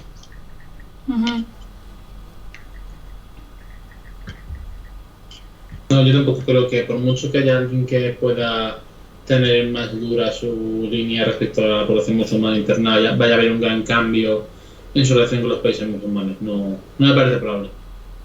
Aunque quién sabe. Bueno, a lo mejor contra Turquía van todavía más fuertes.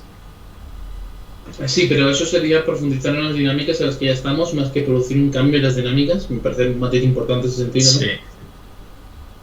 Pero que sí, por supuesto, o sea, no dudo la posibilidad de que se acelere o se profundicen ciertas cuestiones como la separación con Estados Unidos, a mayor presión para con Turquía, etcétera, etcétera, etcétera, ¿no? Pero eso, no creo que vaya a haber un gran virtud, por empezar, porque no creo que vaya a alguien que no sea Macron. Sí. Luego nos pregunta, ¿la crisis de los camioneros en Reino Unido puede afectar a Francia? Hombre, afectar, yo diría que no. Es decir, esa crisis, que ya hemos explicado en muchas ocasiones, si afecta a Francia es porque viene de una crisis global de la cadena de suministros, pero no derivada de la británica. Lo de la británica, si alguien cree que es exclusivamente por el Reino Unido, por el Brexit, es propaganda. Vamos, es mi opinión. Lo que creo es que es directamente consecuencia de una crisis global de la cadena de suministros, más fuerte aún por la crisis energética, y eso va a afectar a Francia porque están encareciéndose todos los productos, pero lo que hay de los camiones es por escasez de trabajadores. Entonces, eso sí que debe de que la pandemia y las nuevas leyes migratorias post-Brexit han permitido que el Reino Unido pues pueda apostar por esa fuerza de trabajo nacional, pero hay un conflicto con algunos sectores liberales y la burguesía británica, sobre todo en Inglaterra, que no quería esa reestructuración, justo eran los más partidarios de permanecer en la Unión Europea. Pero esto, ¿en qué manera va a afectar a Francia? Directamente lo de los camioneros, de ninguna. Como mucho que se ha ofrecido los visados especiales para europeos, pero están fracasando. ¿Francia va a ganar Eurovisión alguna vez? Nunca se sabe. La vida en No entra veces. dentro de mis ámbitos de especialidad, la verdad. Debería, Alejandro, debería. La verdad es que tampoco del mío, así que No te ya sé. lo sentimos, chicos, no podemos ayudaros con la porra. Para el día de Eurovisión invitamos a alguien que sepa y que nos lo explique, porque Lo vemos en directo. y vamos explicando de cada país las cosas. ¿Qué opinas? Voy a aprovechar esto que me viene muy a pelo a mí. ¿Qué opinas sobre el conflicto que involucra a Azerbaiyán contra Irán? ¿Podría tratarse un conflicto de gran envergadura? ¿Cuál es el papel de Armenia, de Turquía y de Israel? Digo que me viene al pelo porque el sábado voy a publicar una crónica en Descifra sobre el tema, así que aprovecho y te contesto. Básicamente, ¿por qué está ocurriendo todo esto?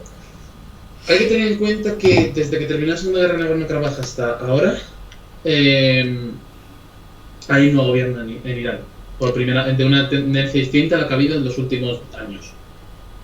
Eso implica que ha habido una serie de cambios importantes en cómo trata ciertas cuestiones el gobierno iraní. Digamos que, por ejemplo, los ajustes territoriales que se han producido como resultado de la Segunda Guerra de Nagorno-Karabaj, si bien eran más fácilmente tolerables por la rama moderada, los principalistas las ven como una gran amenaza, sobre todo porque, como bien se sabe, los drones israelíes y el apoyo de Israel en general a Azerbaiyán fueron muy importantes durante la campaña. Ya desde 2015 al menos, quizá incluso de antes, se hablaba de la presencia de posibles bases secretas israelíes en territorio azerí, desde las cuales se podrían organizar ataques con drones contra territorio iraní. Recuerdo que hay un artículo que creo que es de New York Times, una investigación larguísima, hablando sobre cómo los israelíes estaban preparando un programa de bombardeos contra Irán desde el territorio azerí que a raíz de la firma de Iran Deal. Si me acuerdo en algún momento lo publicaré en un Descifra porque me pareció interesantísimo cuando lo leí en su día. Entonces, ¿por qué ha ocurrido toda esta escalada que está ocurriendo ahora mismo?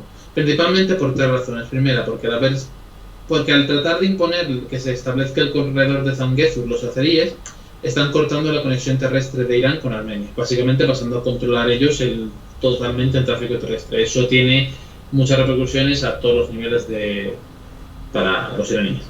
Segunda, porque los iraníes tienen la percepción de que la relación entre los israelíes y los azeríes se está profundizando y eso es una amenaza directa para ellos, al fin y al cabo, debido a su rivalidad general con Israel.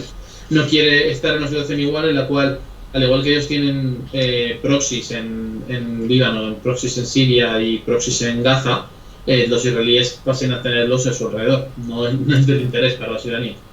Y por último, yo creo que los principalistas están preocupados por el crecimiento generalizado del nacionalismo jingoísta azerí. Si los azeríes siguen presionando a los armenios y les consiguen arrancar más concesiones territoriales, incluso más allá de Nagorno-Karabaj, que es una posibilidad remota pero que existe, eso hay que recordar que entre un 22 y un 26% de la población de Irán es azerí. Y por lo tanto hay una amenaza seria ahí. Y ya está. Eso básicamente no quería comentar. Bueno, el preguntáis si Azerbaiyán podría resistir un ataque de Irán. Si Irán ataca a Azerbaiyán, lo más probable es que acabe en una guerra con Turquía. Y Dios sabe lo que va a pasar ahí. No es tanto una cuestión de meras posibilidades de uno contra uno. No es nada tan sencillo. Por lo tanto, si llegásemos al conflicto, lo más probable es que evolucionase una guerra regional y por lo tanto es imposible prever lo que puede ocurrir a partir de ahí. Nos dicen, Sí. Azerbaiyán suele ser un país que tenemos fuera del radar, pero parece estar con muchas ganas de erigirse como potencia regional. ¿Cómo lo veis? Bueno, potencia regional no, porque ya tiene su propia potencia regional de la que bebe. Lo hemos explicado muchas veces, yo creo, la importancia que tiene Turquía en el conflicto de Nagorno-Karabaj. Es Y el también, Robin de Turquía. claro, también además, yo creo que es un disuasorio muy grande. Irán no la va a liar de esa manera, o si lo hace, a lo mejor apuesta por relanzar las relaciones con Armenia, después de todo lo visto, intentar focalizarlo con una guerra proxy contra Israel o participar en una nueva guerra de Nagorno-Karabaj no, pero de Armenia y Azerbaiyán. Pero más allá de eso, un ataque directo es una amenaza, pero parece difícil, ¿no? No sé, no lo veo. Desde luego tensión acumulada hay por las razones comentadas y por probablemente unas cuantas más, que podríamos entrar más en detallar sobre los motivos secundarios y la manera de pensar de los principalistas en general, ¿no? Pero desde luego tensión acumulada hay, tensión va a seguirse acumulando seguramente, porque no creo que vaya a haber ningún cambio significativo en el futuro cercano que vaya a provocar que esto se vaya por ningún lado en particular. Pero de ahí a que escale en un conflicto, ahora mismo lo veo muy, muy, muy improbable. Por ahora. Y no sé si tenemos alguna pregunta más.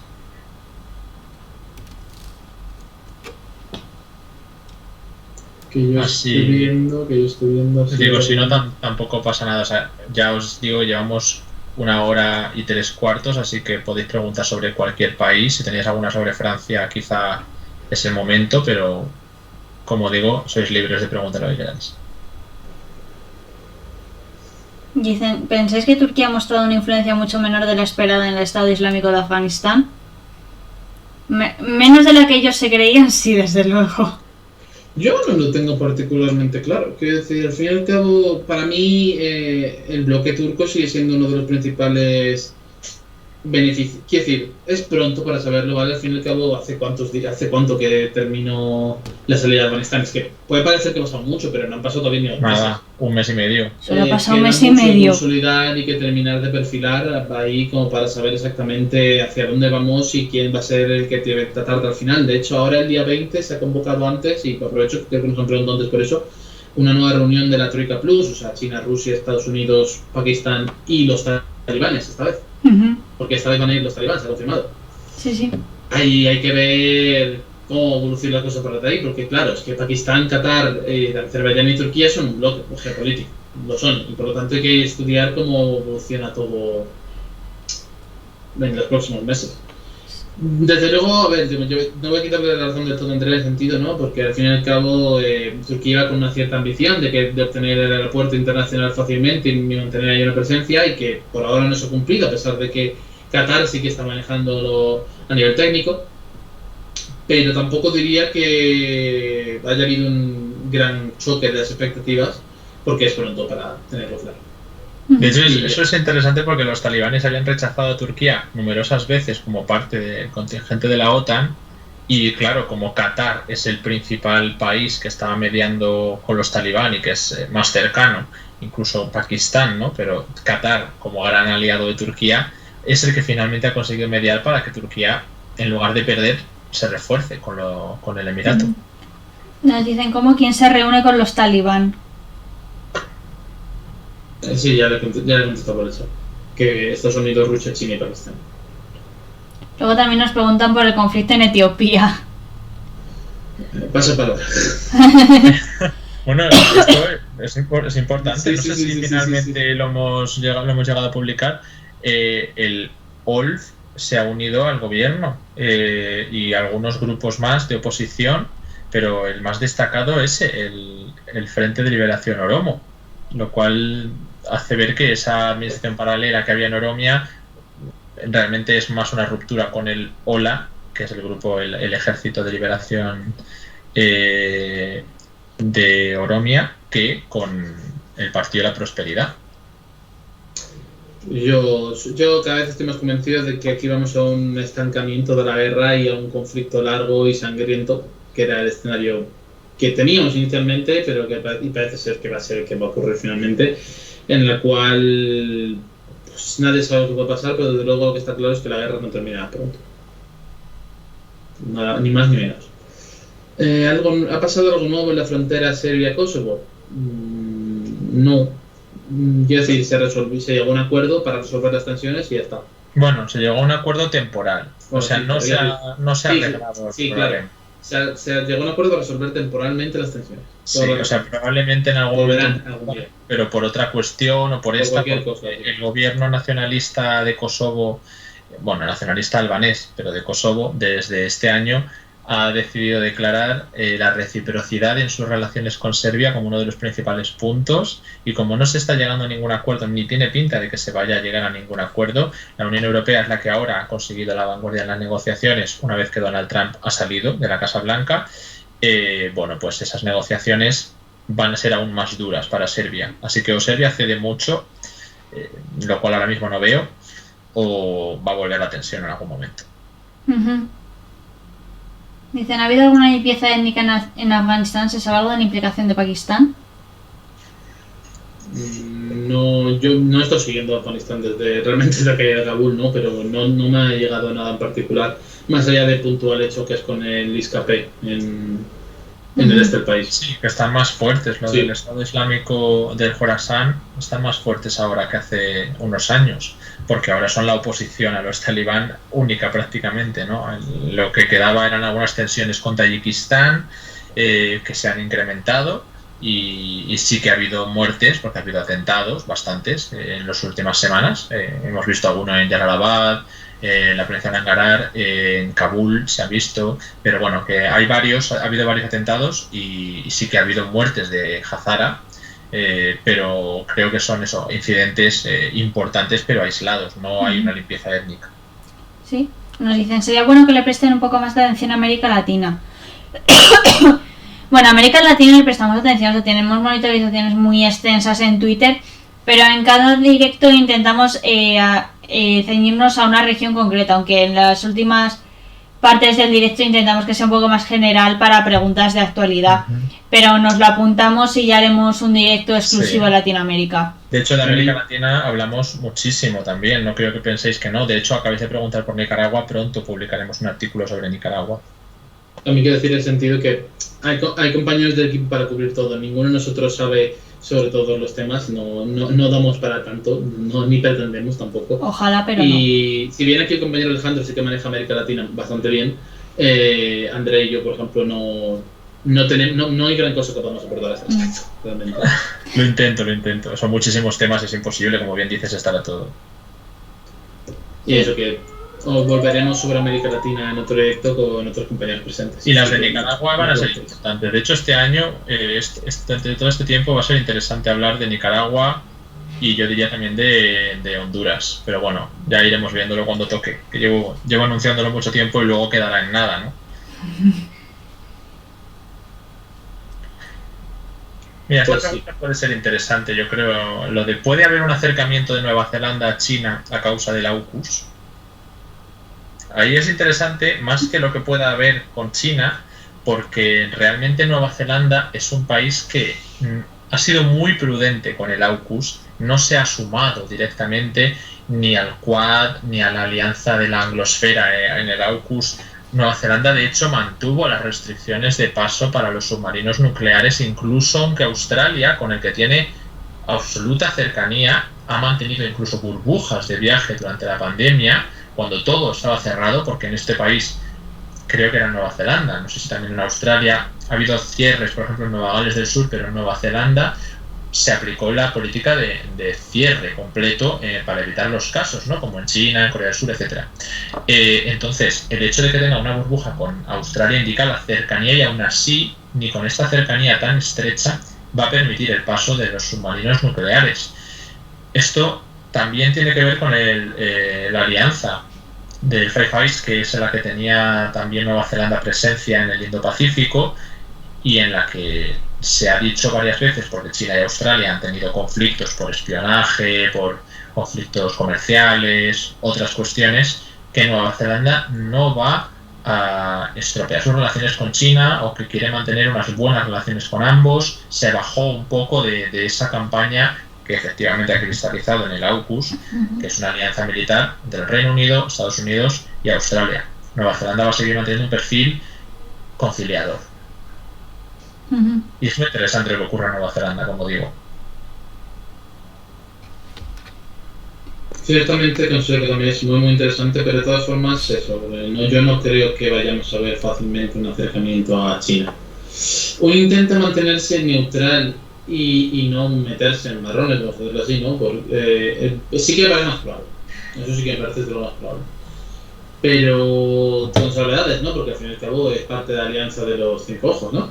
Y por Eso lo es. tanto hay una cuestión ya ahí de base a la hora de que su neutralidad siempre va a ser relativa. Sí, no es neutralidad completa, pero sí que tiene unos vínculos con China que no puede tener Australia. Pero, Antes de bueno. seguir, gracias a Vilex por su suscripción, que lleva 4 meses con nosotros.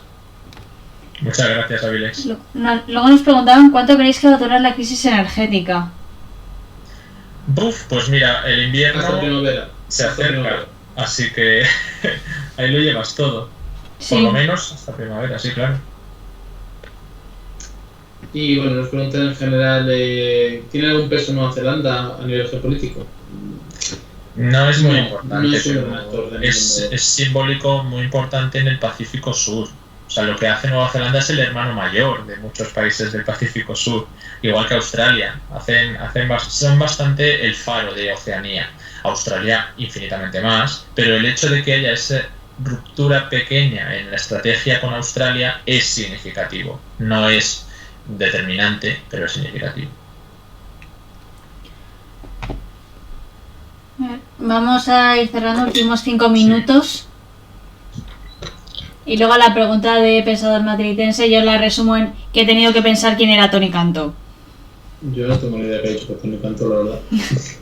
Nada, es otra vez sobre lo de la colonización de México, etcétera. Pero qué todavía pesadilla. faltan 5 días. Todavía No, faltan. pero lo que ya han dicho es que España no colonizó América, sino que la liberó.